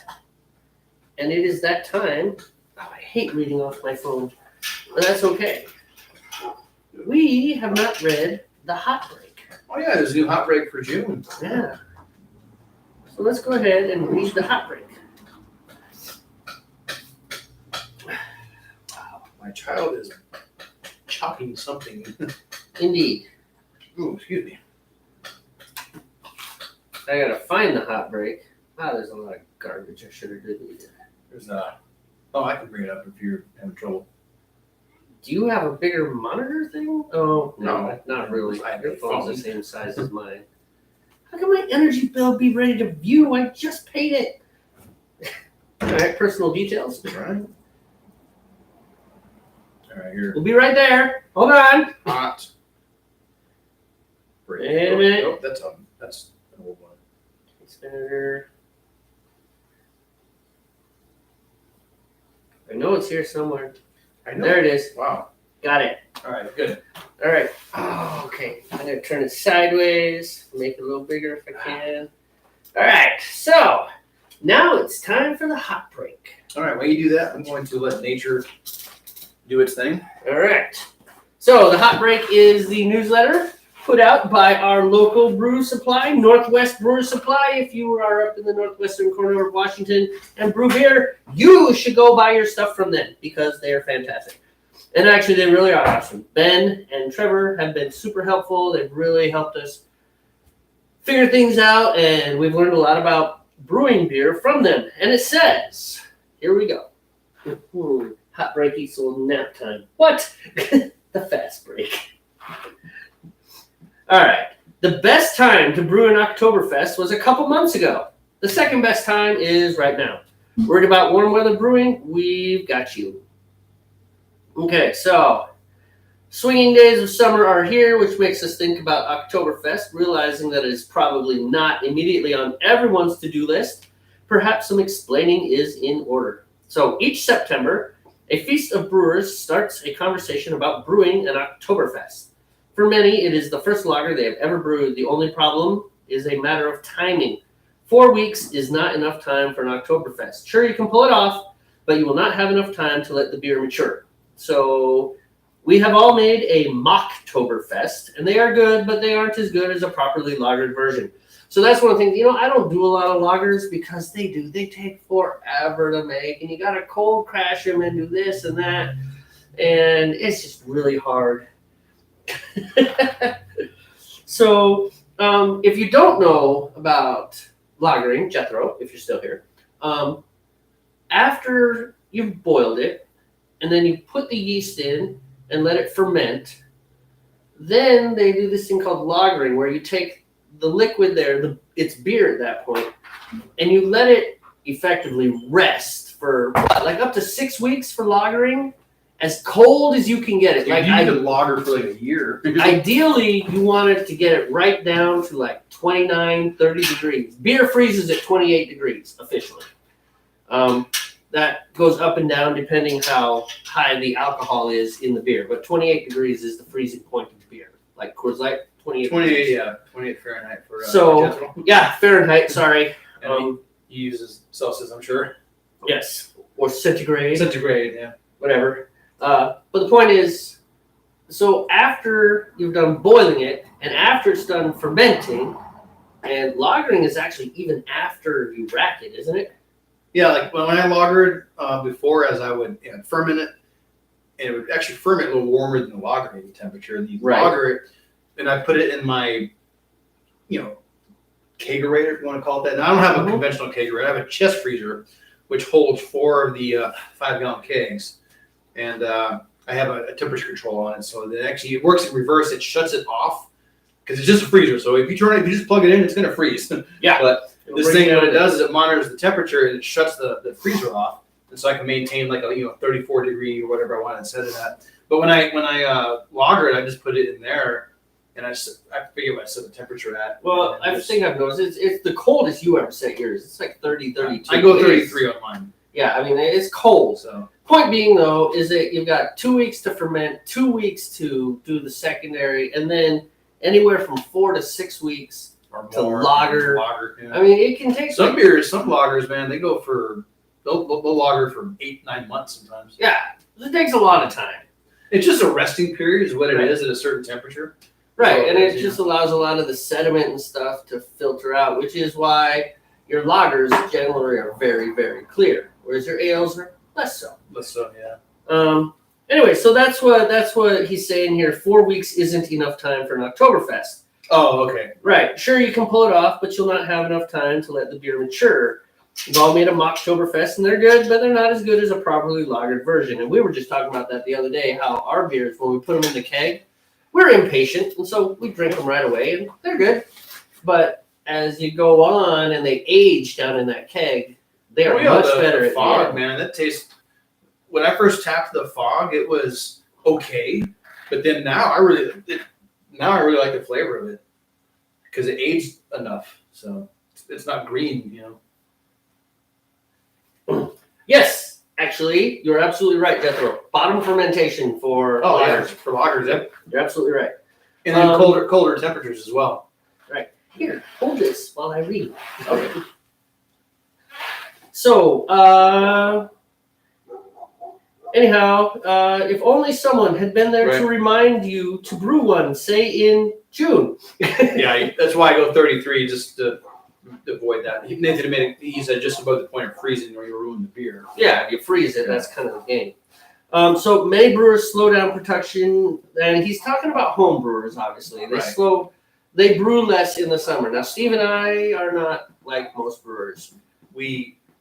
Every 2 weeks we try to brew. Right. So the average, and these numbers come out by the American Home Brewing Association.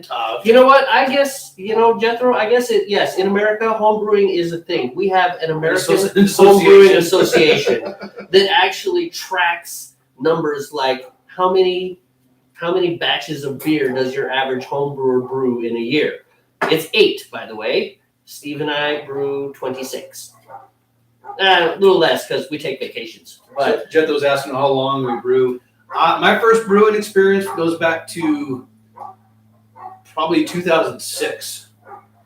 Is when I first learned the basics of it. From when did we meet?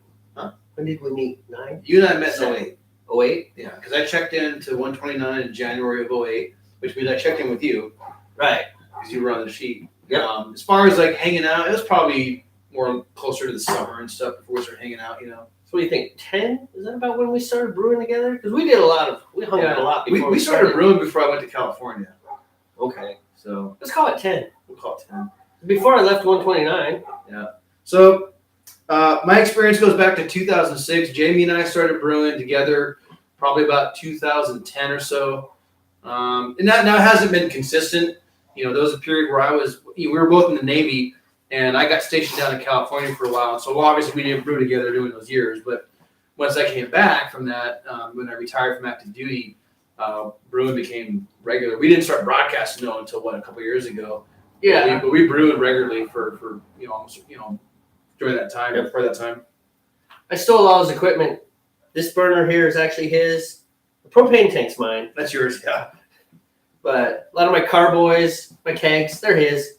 Because he left them with me, and then I just didn't give them back. I'm a good friend. So Nathan was saying that meads are temperamental too, about the temperature, it sounds like. Well, yeah, because it's the yeast, Right. I mean, the mead process seems a little simpler.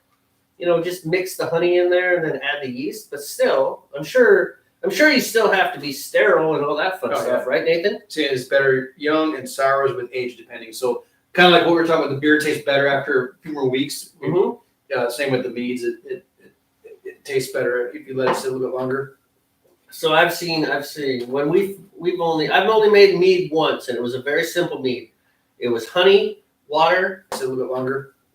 So I've seen when I've only made mead once, and it was a very simple mead.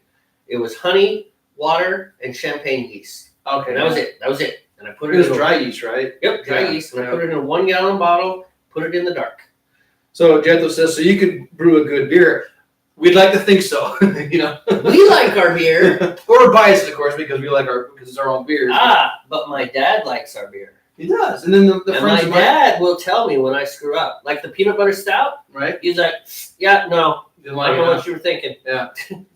You're not well in the head, boy. Yeah, I mean, I hope the friends of mine have tried the beer were honest, because I've always told them, be honest. You're not going to offend me or hurt my feelings if you don't like it. That's the thing. Tell me. It's like, don't just say, yes, it's It's really so good, It's like, want another? No, I have to drive. No, you don't. You're spending the night next door. I have to drive. So, yeah, we'd like to think our beers are good, but Maybe there aren't. Maybe we're just biased. You never know. But Yeah, no. Our beers. no, I are good. think we're doing pretty Dude, good. my wife likes our beers. Yeah. Okay. Good point. And she is, my wife has no problem saying, this is crap, I don't want it. I mean, seriously, that's like, Yeah, my wife. it's like I make my Scotch ale, she's like, you can drain pour this. This is garbage.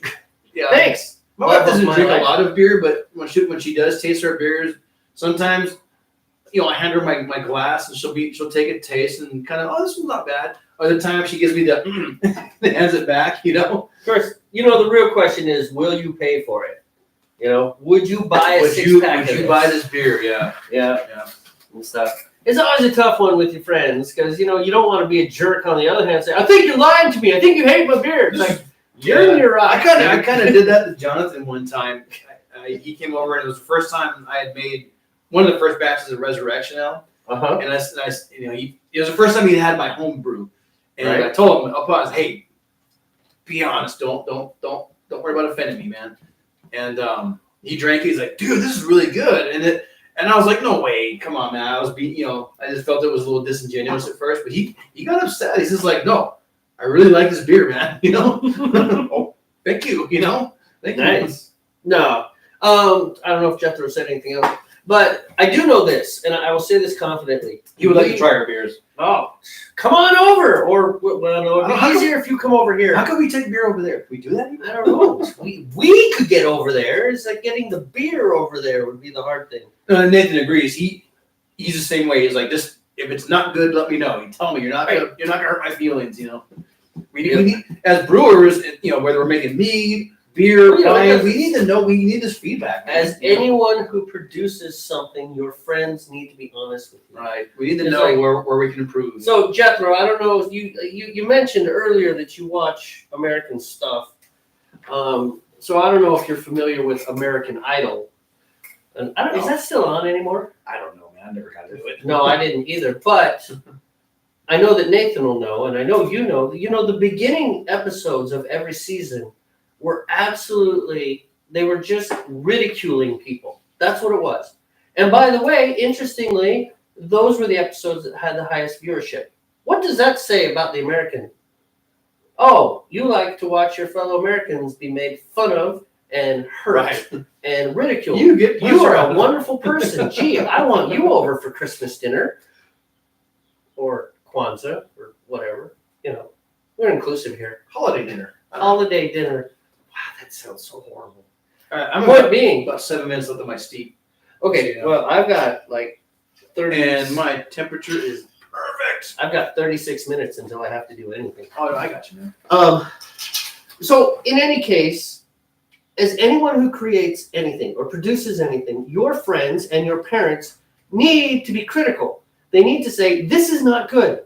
Because if they say, oh no, honey, it's beautiful, that's wonderful. You're like, I'm wonderful. And then someone who's really mean is going to crush you. Yeah. Someone who won't give you a hug when you start crying. Your mom, hopefully, will give you a hug when you start crying. Hopefully. I don't know if you're familiar with the TV show, but Jethro, he said it always reminds me of Blackbeard, which it was actually I a know show. of it. I Yeah. know of it, but I don't know. But no, it's interesting, man. It just kind of brings out the dark side of humanity, I think, in some of those episodes. Some of them are messed up, man. Just messed up. Well, I told like you. watching people suffer and enjoying them watching them suffer kind of thing. Well, and that's exactly what American Idol was. Yeah. We were watching these people, and it's like, yeah, man, the dude looks like an orangutan on heroin and marijuana and meth. Orangutan. It's like, it doesn't matter how good he sings. It's not going to happen in the pop music world. She bangs. She bangs. Jeez. My phone keeps going. You know what? He makes a good point. If you avoid stress, you can't build immunity. So Nice. Who said that? Jethro did. Well said. Right. You need to take a little ridicule to build up some tolerance to it. Yeah, And that's part of the problem. I think with a lot of the folks in our country is they can't take criticism because they never built up immunity by taking some criticism when they were younger or whatever. Well, and I think it might take a generation, right? Yeah. So here's what's happened, and no lie, man, I'm sorry, but our generation, well, actually just a little bit before us. So we're Gen X. We're Gen X by. So the I don't know if boomers- that applies to the rest of the world or is that an American thing. You know, I don't know. I think it's a global thing. Because it's just a way of lumping epochs or Right. what is just general demographics? epochs. You know? There's doesn't matter.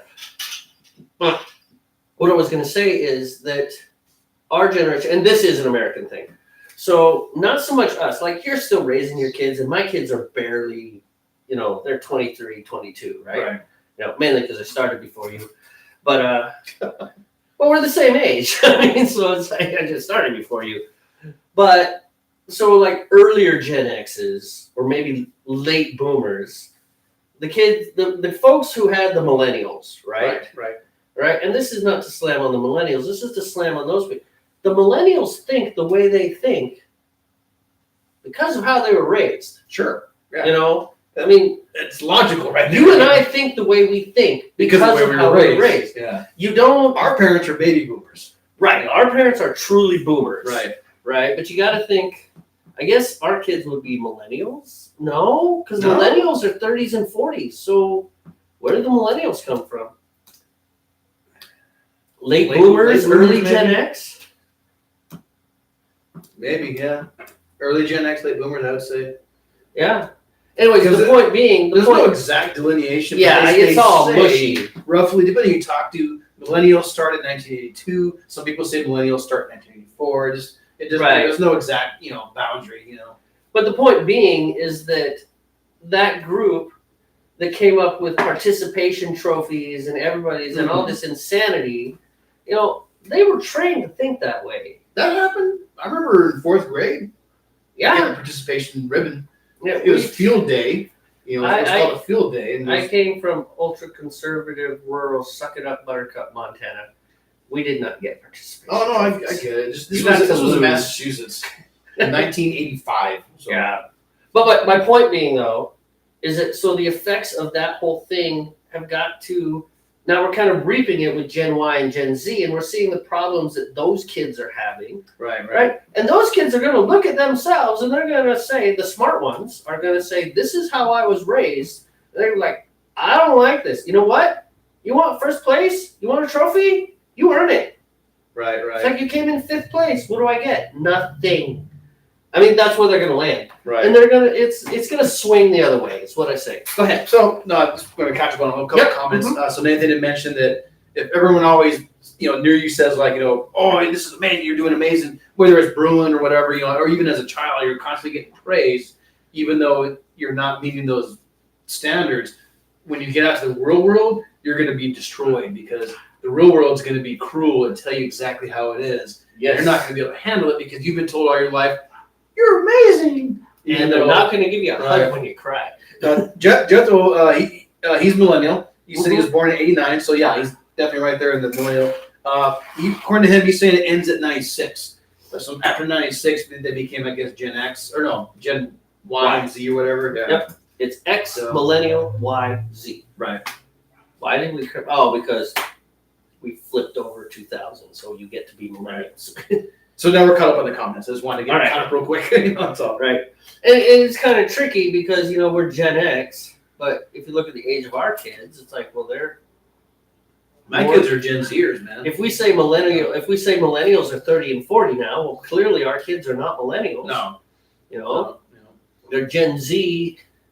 Gen I Y, most Gen wouldn't Z. include millennials in the 40s. Yeah, I'd say 30s, probably 30s to mid to late 30s. Well, I just keep needing that. People keep wanting to mention, the millennials aren't kids anymore. It's like, someone born this day in 1983 is 40 years old. Right. Today. Mhm. Okay, So- that's true. So let's try and get through the hot break too a little bit. Number one reason most of us slow down our brewing practice in the summertime is the heat. Because if you ferment too warm, it causes bad things. Green apple, pumpkin, and Barnyard.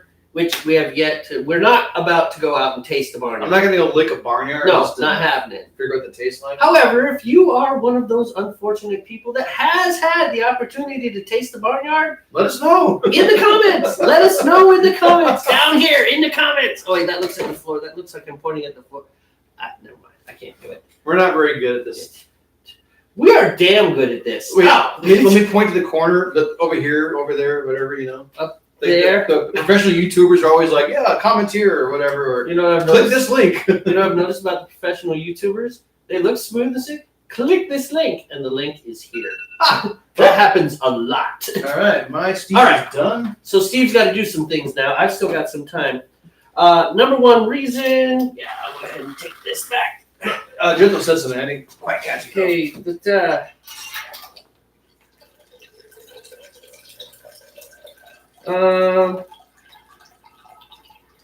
ends with 96. Jethro says, I'm afraid of what I see now. I grew up in post-communist world, Right. and I see things we left now growing up again in U.S. and Western Europe. You know what? It is so cool to meet people that know what communist Russia was like. That's true, huh? Yeah, well, like my friend Ilsa, she goes to church with me. She's from Latvia, but she grew up communist. Right. Like, I remember once I had this, when I was back into dyeing my hair, there's some green. She's like, that is revolting. I was like, what do you mean? It's like, when we were in communist Russia, they had this green antibiotic. She's like, that is gross. But it is, for me, very interesting to talk with someone who has actually experienced that. Sure. So, Caleb TM, I see you. I see you got some fat viewers now. Glad you're doing well, brother. Ooh, why you gotta be mean, man? Huh? No, Nathan's not fat. he doesn't mean fat overweight, just the number. I'm being silly, I know. Oh, I thought you were serious. Like, no, man. What? Okay, I better back up then. If you think I was being serious. I was being silly. I got it. I gotta grab my mouth, man. All right, go. Do your thing. Yes, we do have viewers. Oh, Caleb, remind me where you're from. You are a return viewer. Let's see. I'm afraid of what I see now. I grew up in a post-communist world, and I see things we left now growing up getting used. Yes. Daughter's 23. She has a soul of Gen X because I'm a good dad, and her birth giver is a C word. Birthing person. Yeah, that is definitely a Gen X sentiment. I took time to write it, so sorry I'm late. No, that's cool. That's right, Scotland. You are from Scotland. I remember. How goes the brews? So do you remember Caleb from Scotland? Yeah. It's been a while, hasn't it? He's back, and he called Welcome Jethro back. and Nathan fat. Sweet. Let me get through this. I can't. The brews are going great, man. We are brewing a Cascadia Pale Ale, which Cascadia is just because it uses Cascade hops, and it's a pale ale. And I'm brewing my breakfast ale, which is just a light ABV, citrusy, and bready. It's like malty and citrusy at the same time. Dude, Your breakfast ale is good. just to brag on myself, it's not so much that it's good, which it is good, but it's the fact that I nailed it. It's like, I want it to taste like this. And it tastes exactly like I wanted it to taste. You didn't have to do a lot of experimentation with it. Yeah, it was just like, pop, there it is. You got it going. Unlike some of my other beers, which I want it to taste like this. What do you think? It tastes really good. And that's Is it what you want it to taste like? Not even close, but it's good. as much as I love IPAs, I can't nail the IPA yet, man. I gotta figure it out, dude. Well, you do, and you just need to keep working on it. We are not going to get to the hot break. We're going to start posting a link to the hot break later in the comments if you want to read it. So number one reason most of us slow down on our brewing practice in the summertime is heat, because hot fermenting yeast don't like it hot. 80 degrees will kill yeast. 80 degrees Fahrenheit. We're going to have to start converting. I know, right? we have international Too many viewers. international viewers. The one reason most of us slow down, same problem brewers of old sought out caves to store the season's worth of beer to ensure they didn't run out of beer when it got hotter. So they're not saying that. So he's not saying that we dig a cellar and bury our beer in the backyard. I mean, it could happen. I mean, that's not a bad idea. Far simpler method, temperature-controlled fermentation. In previous editions of the Hot Break, we've talked about the effects of temperature during your ferment. If you want to check that out, you can reread in the the fifth ingredient. Ooh. It's a play on the fifth element. Right, but it's. We also talked about the various ways to keep your ferment cool in August 2020's edition of Warm Weather Brewing. So, by far the best approach is to build a fermentation space with both a cooling and heating, Which is what you've done. Yeah, well, I picked up a free kegerator, Right. and I don't use it as a kegerator, which is weird. I should use the kegerator. No, because it takes proprietary kegs. I think you have it right, making it a controlled fermentation. Yeah, but it's able to. So I put a little heat thing in there. So if it gets too cold, it heats up, and if it gets too hot, it cools down. It uses the refrigerator action, and that keeps my fermentation right there where it needs to be. For the summer season, you can keep an Oktoberfest at 52 during fermentation and reset it to lagering. This is the way. Okay. Mandalorian nod there, what that is. All right. So what is this? What is this? Oh, this is our Oktoberfest. 5.7 ABV. Oh, yeah. I think I've made their Oktoberfest before. Have you? But it's more of a Mocktoberfest. Right. The way I made it was more of a Mocktoberfest. Exactly. But it was fun.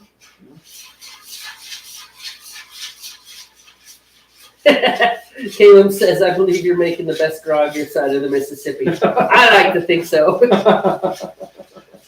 So every September, we wish someone had reminded us to brew this beer months ago. If only someone had said, don't forget about Oktoberfest in June.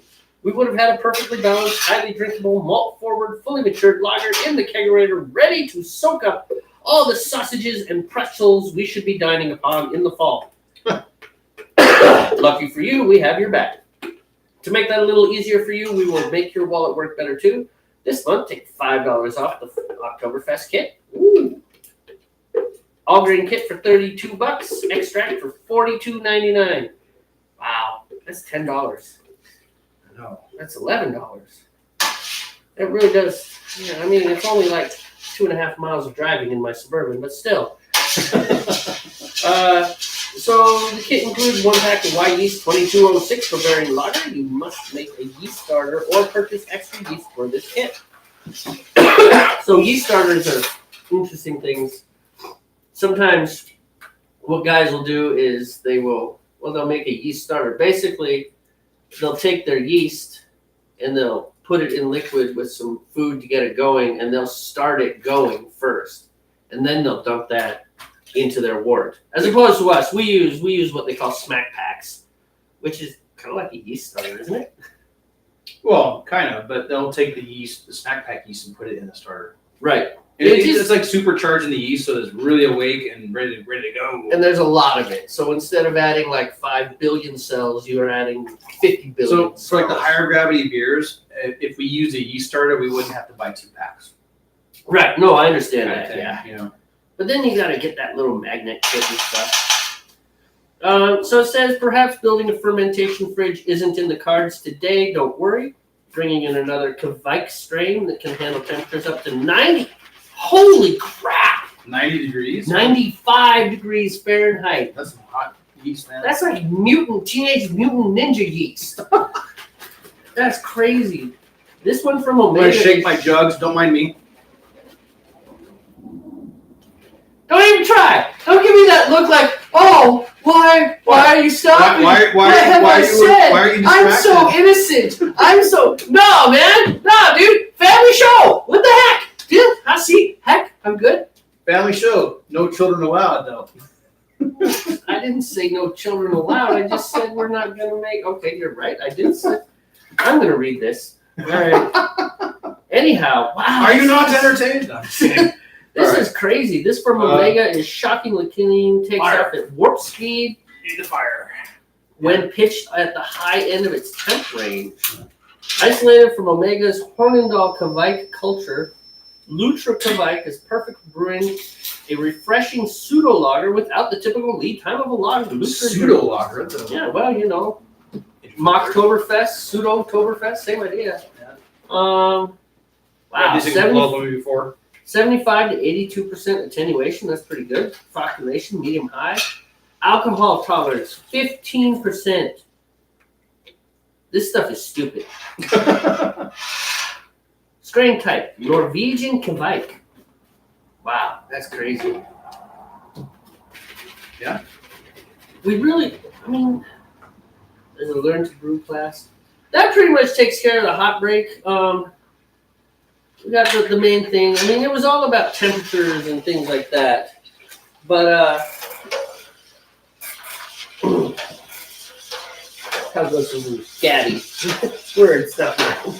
What's that? I don't know. So Caleb's like, yo, I see. So you got some fat viewers now. Glad you're doing well, brother. I am from Scotland. That's right, because I was trying to remember. Right, yeah, it's been a while. Yeah, I remember you. How goes the brews? Actually, it hasn't been that many episodes ago, though. It's just, of course, Time-wise, yeah. Right. Because we haven't brewed Yep. for a while. So Caleb says, how goes the brews? And Nathan says, Gabby. Words, not mine.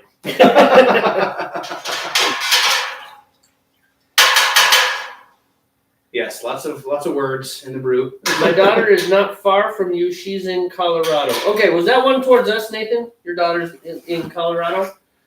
So I got 18 minutes until I need Something in to. my beer that I didn't know where that came from. You know what I need? We I need a plate. I'll be right back. like a paper plate. Yeah, I need a plate. All right, now I'm at the stage where I'm going to bring my wort to a boil, as they call it. I guess if you were German, you would say Wort.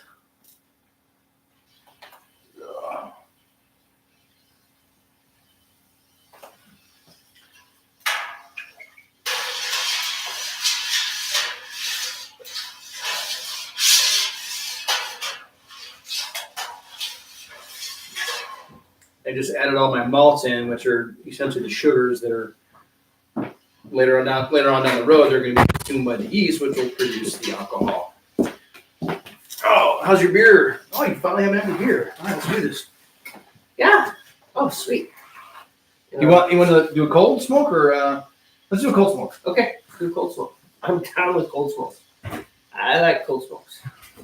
But I gotta peel these oranges.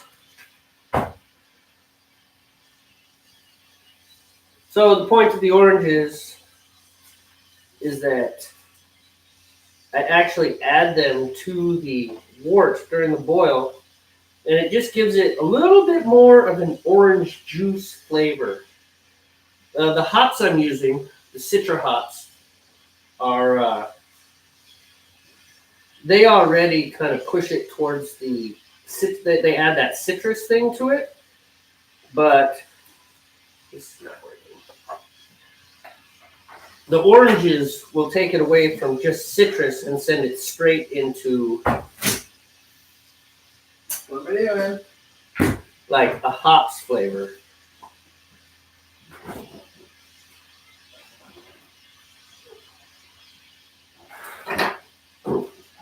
Did I just say straight from citrus? That was a very confusing statement. Did you gobble your words? I did garble my words. I'm having a heck of a time peeling this orange too. I've made some bad mistakes. Made some bad life choices here. Bad choices. Yep. We pour these beers in stupid nature. Nature is. All right. Here's your beer. Thank you, sir. Yeah, man.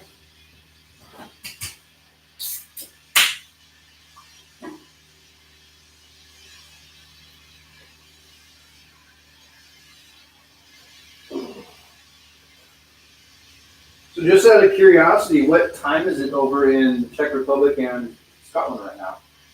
Well, Scotland is going to be +8 Okay. because they're directly north of England. I Czech imagine Republic is kind of east. southeast part of Europe. So Well, Czech Republic, you're east of Austria, right? Sorry, Jethro, you're east of Austria. So I'm going to say maybe +9 or even +10, perhaps. maybe. All right, I'll be right back. I'm just going to eat this one. 3 a.m. and it is 17:49, 18:49, 19:49.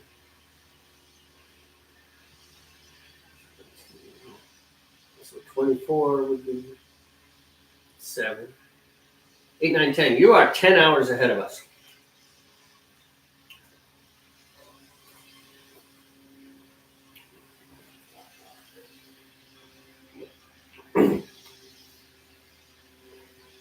Right. Yeah. I actually do know where the Czech Republic is.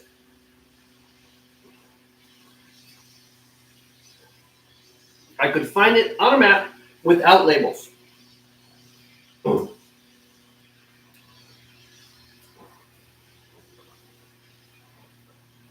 Don't ask me where Ottawa is, though. Directly above me. Poor Canadian friends will not be happy with me. That's the way it is. All right. I'm going to beat this orange up a little more, and hopefully it'll peel better. Got the hot break coming up. Oop, I'm gonna get my first hops batch ready. You see my phone? That's a serious question. Did I put it down somewhere? Fly in the refrigerator. I didn't do that. It's in the refrigerator. Have I seen your phone? I found it. Was it next to you the whole time? It's on the other side of the iPad, so yes. Don't judge. No judging, just laughing. Fair enough. Just laughing. Fair enough. Bro. I think, you know what? I'm quite certain that I put these in at 10 minutes. And you know why? Because the general rule of thumb is you need to boil something for 10 minutes to sterilize it. Oh, okay. So I know I would have put them in at 10 minutes. Sure, I understand. I don't. Man, look at Also- that hot break, dude. Sorry, no pot cam today, but it was a good hot break. Oh, that's really too bad, too, because that's a really good looking one. So Jethro says, I don't also know all of the states of the U.S. And Nathan beat me to the punch. No worries, Jethro. Most Americans don't either. You know, right? Well, there's 50 of them, and some of them are about as exciting as oatmeal with nothing added. I know in fourth grade we had to learn all the stationary capitals. Yeah. And we'd have little competitions in that classroom who could recite the most, or if we got all 50, you'd win little prizes, little Right. candy or something. And how often have you used that in your adult life? A couple times when I'm listening to radio trivia. Oh, yes. Yeah. Yes. So Some radio trivia quiz shows. It's like, oh, I know that one. It's Lincoln for Nebraska. That's Why I remember good. that? I don't know why I remember that, but I do. Albany, New York, Tallahassee, Florida. Mm-hmm. It is Tallahassee, isn't it? Unless things have changed, last I knew was Tallahassee. I'm sure Nathan can confirm that for us. How about Montana? Where's Montana? Just north of Does Canada. Montana exist in this country? Telling you, there are people that don't know where my home state is. Which there are a lot of Montanans that are just fine with that. Where's Montana? Doesn't exist. Can I go there? No, you can't. No, can't go. All right, that. So orange peels in there. That's amazing. I didn't even have liquid malts, and I still have sticky hands. These oranges are sticky. Well, it's because the one exploded all over me. Oh, it did? Oh. I'll be right I back. missed the fun of an exploding orange, apparently. I gotta wash my hands. Yeah, I took care of that as well. Oh, too bad we don't have a hot cam because the hot break is awesome. What that means is the grains and everything in there is just kind of starting to move around under the in the fluid or in the my wort. It makes a cool visual.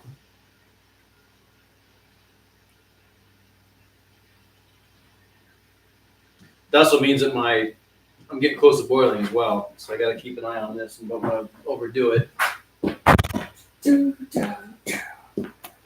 Actually, I think it's time, man. Four? Well, we gotta transfer that to do the wort chiller, do some other things, etc., etc. What we should call it, right? Let's answer a few more questions. I'd love to go to Pacific Trail once in my life. You know what? As much as we bag on America, it is a pretty cool country. You should come here. Come visit. Yeah. We'll feed you beer. Yeah, if you get right here, we will totally feed you beer. With no lie, we're a little dodgy on specific location on the super broadcast, but tell you what, you DM us, we can be more specific, figure out how to get you here. But seriously, this is a good country. We have a lot of really cool things. Not so much California. Sorry, Californians. I'm just kidding. Don't get all hypersensitive. Stop crying. Stop. Never mind. We just lost all of California. That's okay. Our viewers are from Florida and Scotland and the Czech Republic. We have viewers from everywhere else. We're okay. Yeah, we don't need you. We don't need you, California. But really, we have a lot of cool things. I highly recommend that people come here. It'd be really cool. And you might meet a jerk. Every country has jerks. Sure. I didn't meet any jerks in Japan. Met some jerks in France. That's about it. Yeah, I've actually been able to avoid the jerks. But if you run into a jerk in America, just kind of keep backing up until you run into a not jerk in America. And then you might get to see a classic American fist fight. It'd be awesome. Oh, jeez. All right, so we are going to go ahead and sign off right now because we're coming up on things. We got to do this. We got to do We're that. gonna be up and down, moving. I know, Nathan. Nathan's about to say, just shut up and sign off already. You got it, man. Thank you very much for viewing. We really appreciate you guys that tuned in. That was really nice of you. I hope you had a good time. We enjoyed the conversation. Yeah, absolutely. Really cool for Jethro to pop in. Communist, someone who understands communism. Did you just call him communist? I did not I know call what him you a meant. communist, post-communist. But he was there during the communist Yeah, era. for me, it's always really cool to meet someone like that who really knows what that's like. Especially because here in the States, we don't. Right, we don't know. We don't know. We that. know what the U.S. the antiquated U.S. perspective on communism. Right, is, and even those of us that are screaming, it's like, oh, it's socialism, which I may or may not be one of those, but still, even those of us, we don't know. We didn't live under that. We didn't live there. Yeah. I mean, of course, it'd be nice to avoid that. So, Right. point being, I'm going a little more political than we really should. Thank you very much, Caleb. Thank you for stopping by. Thanks for coming. Jay, I again. think you left a long time ago, but that's okay. That's all right. Glad you made it. Yeah. All right. That's it. So relax. Don't worry. Have a homebrew.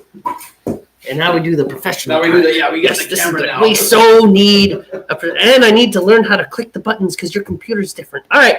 We're done.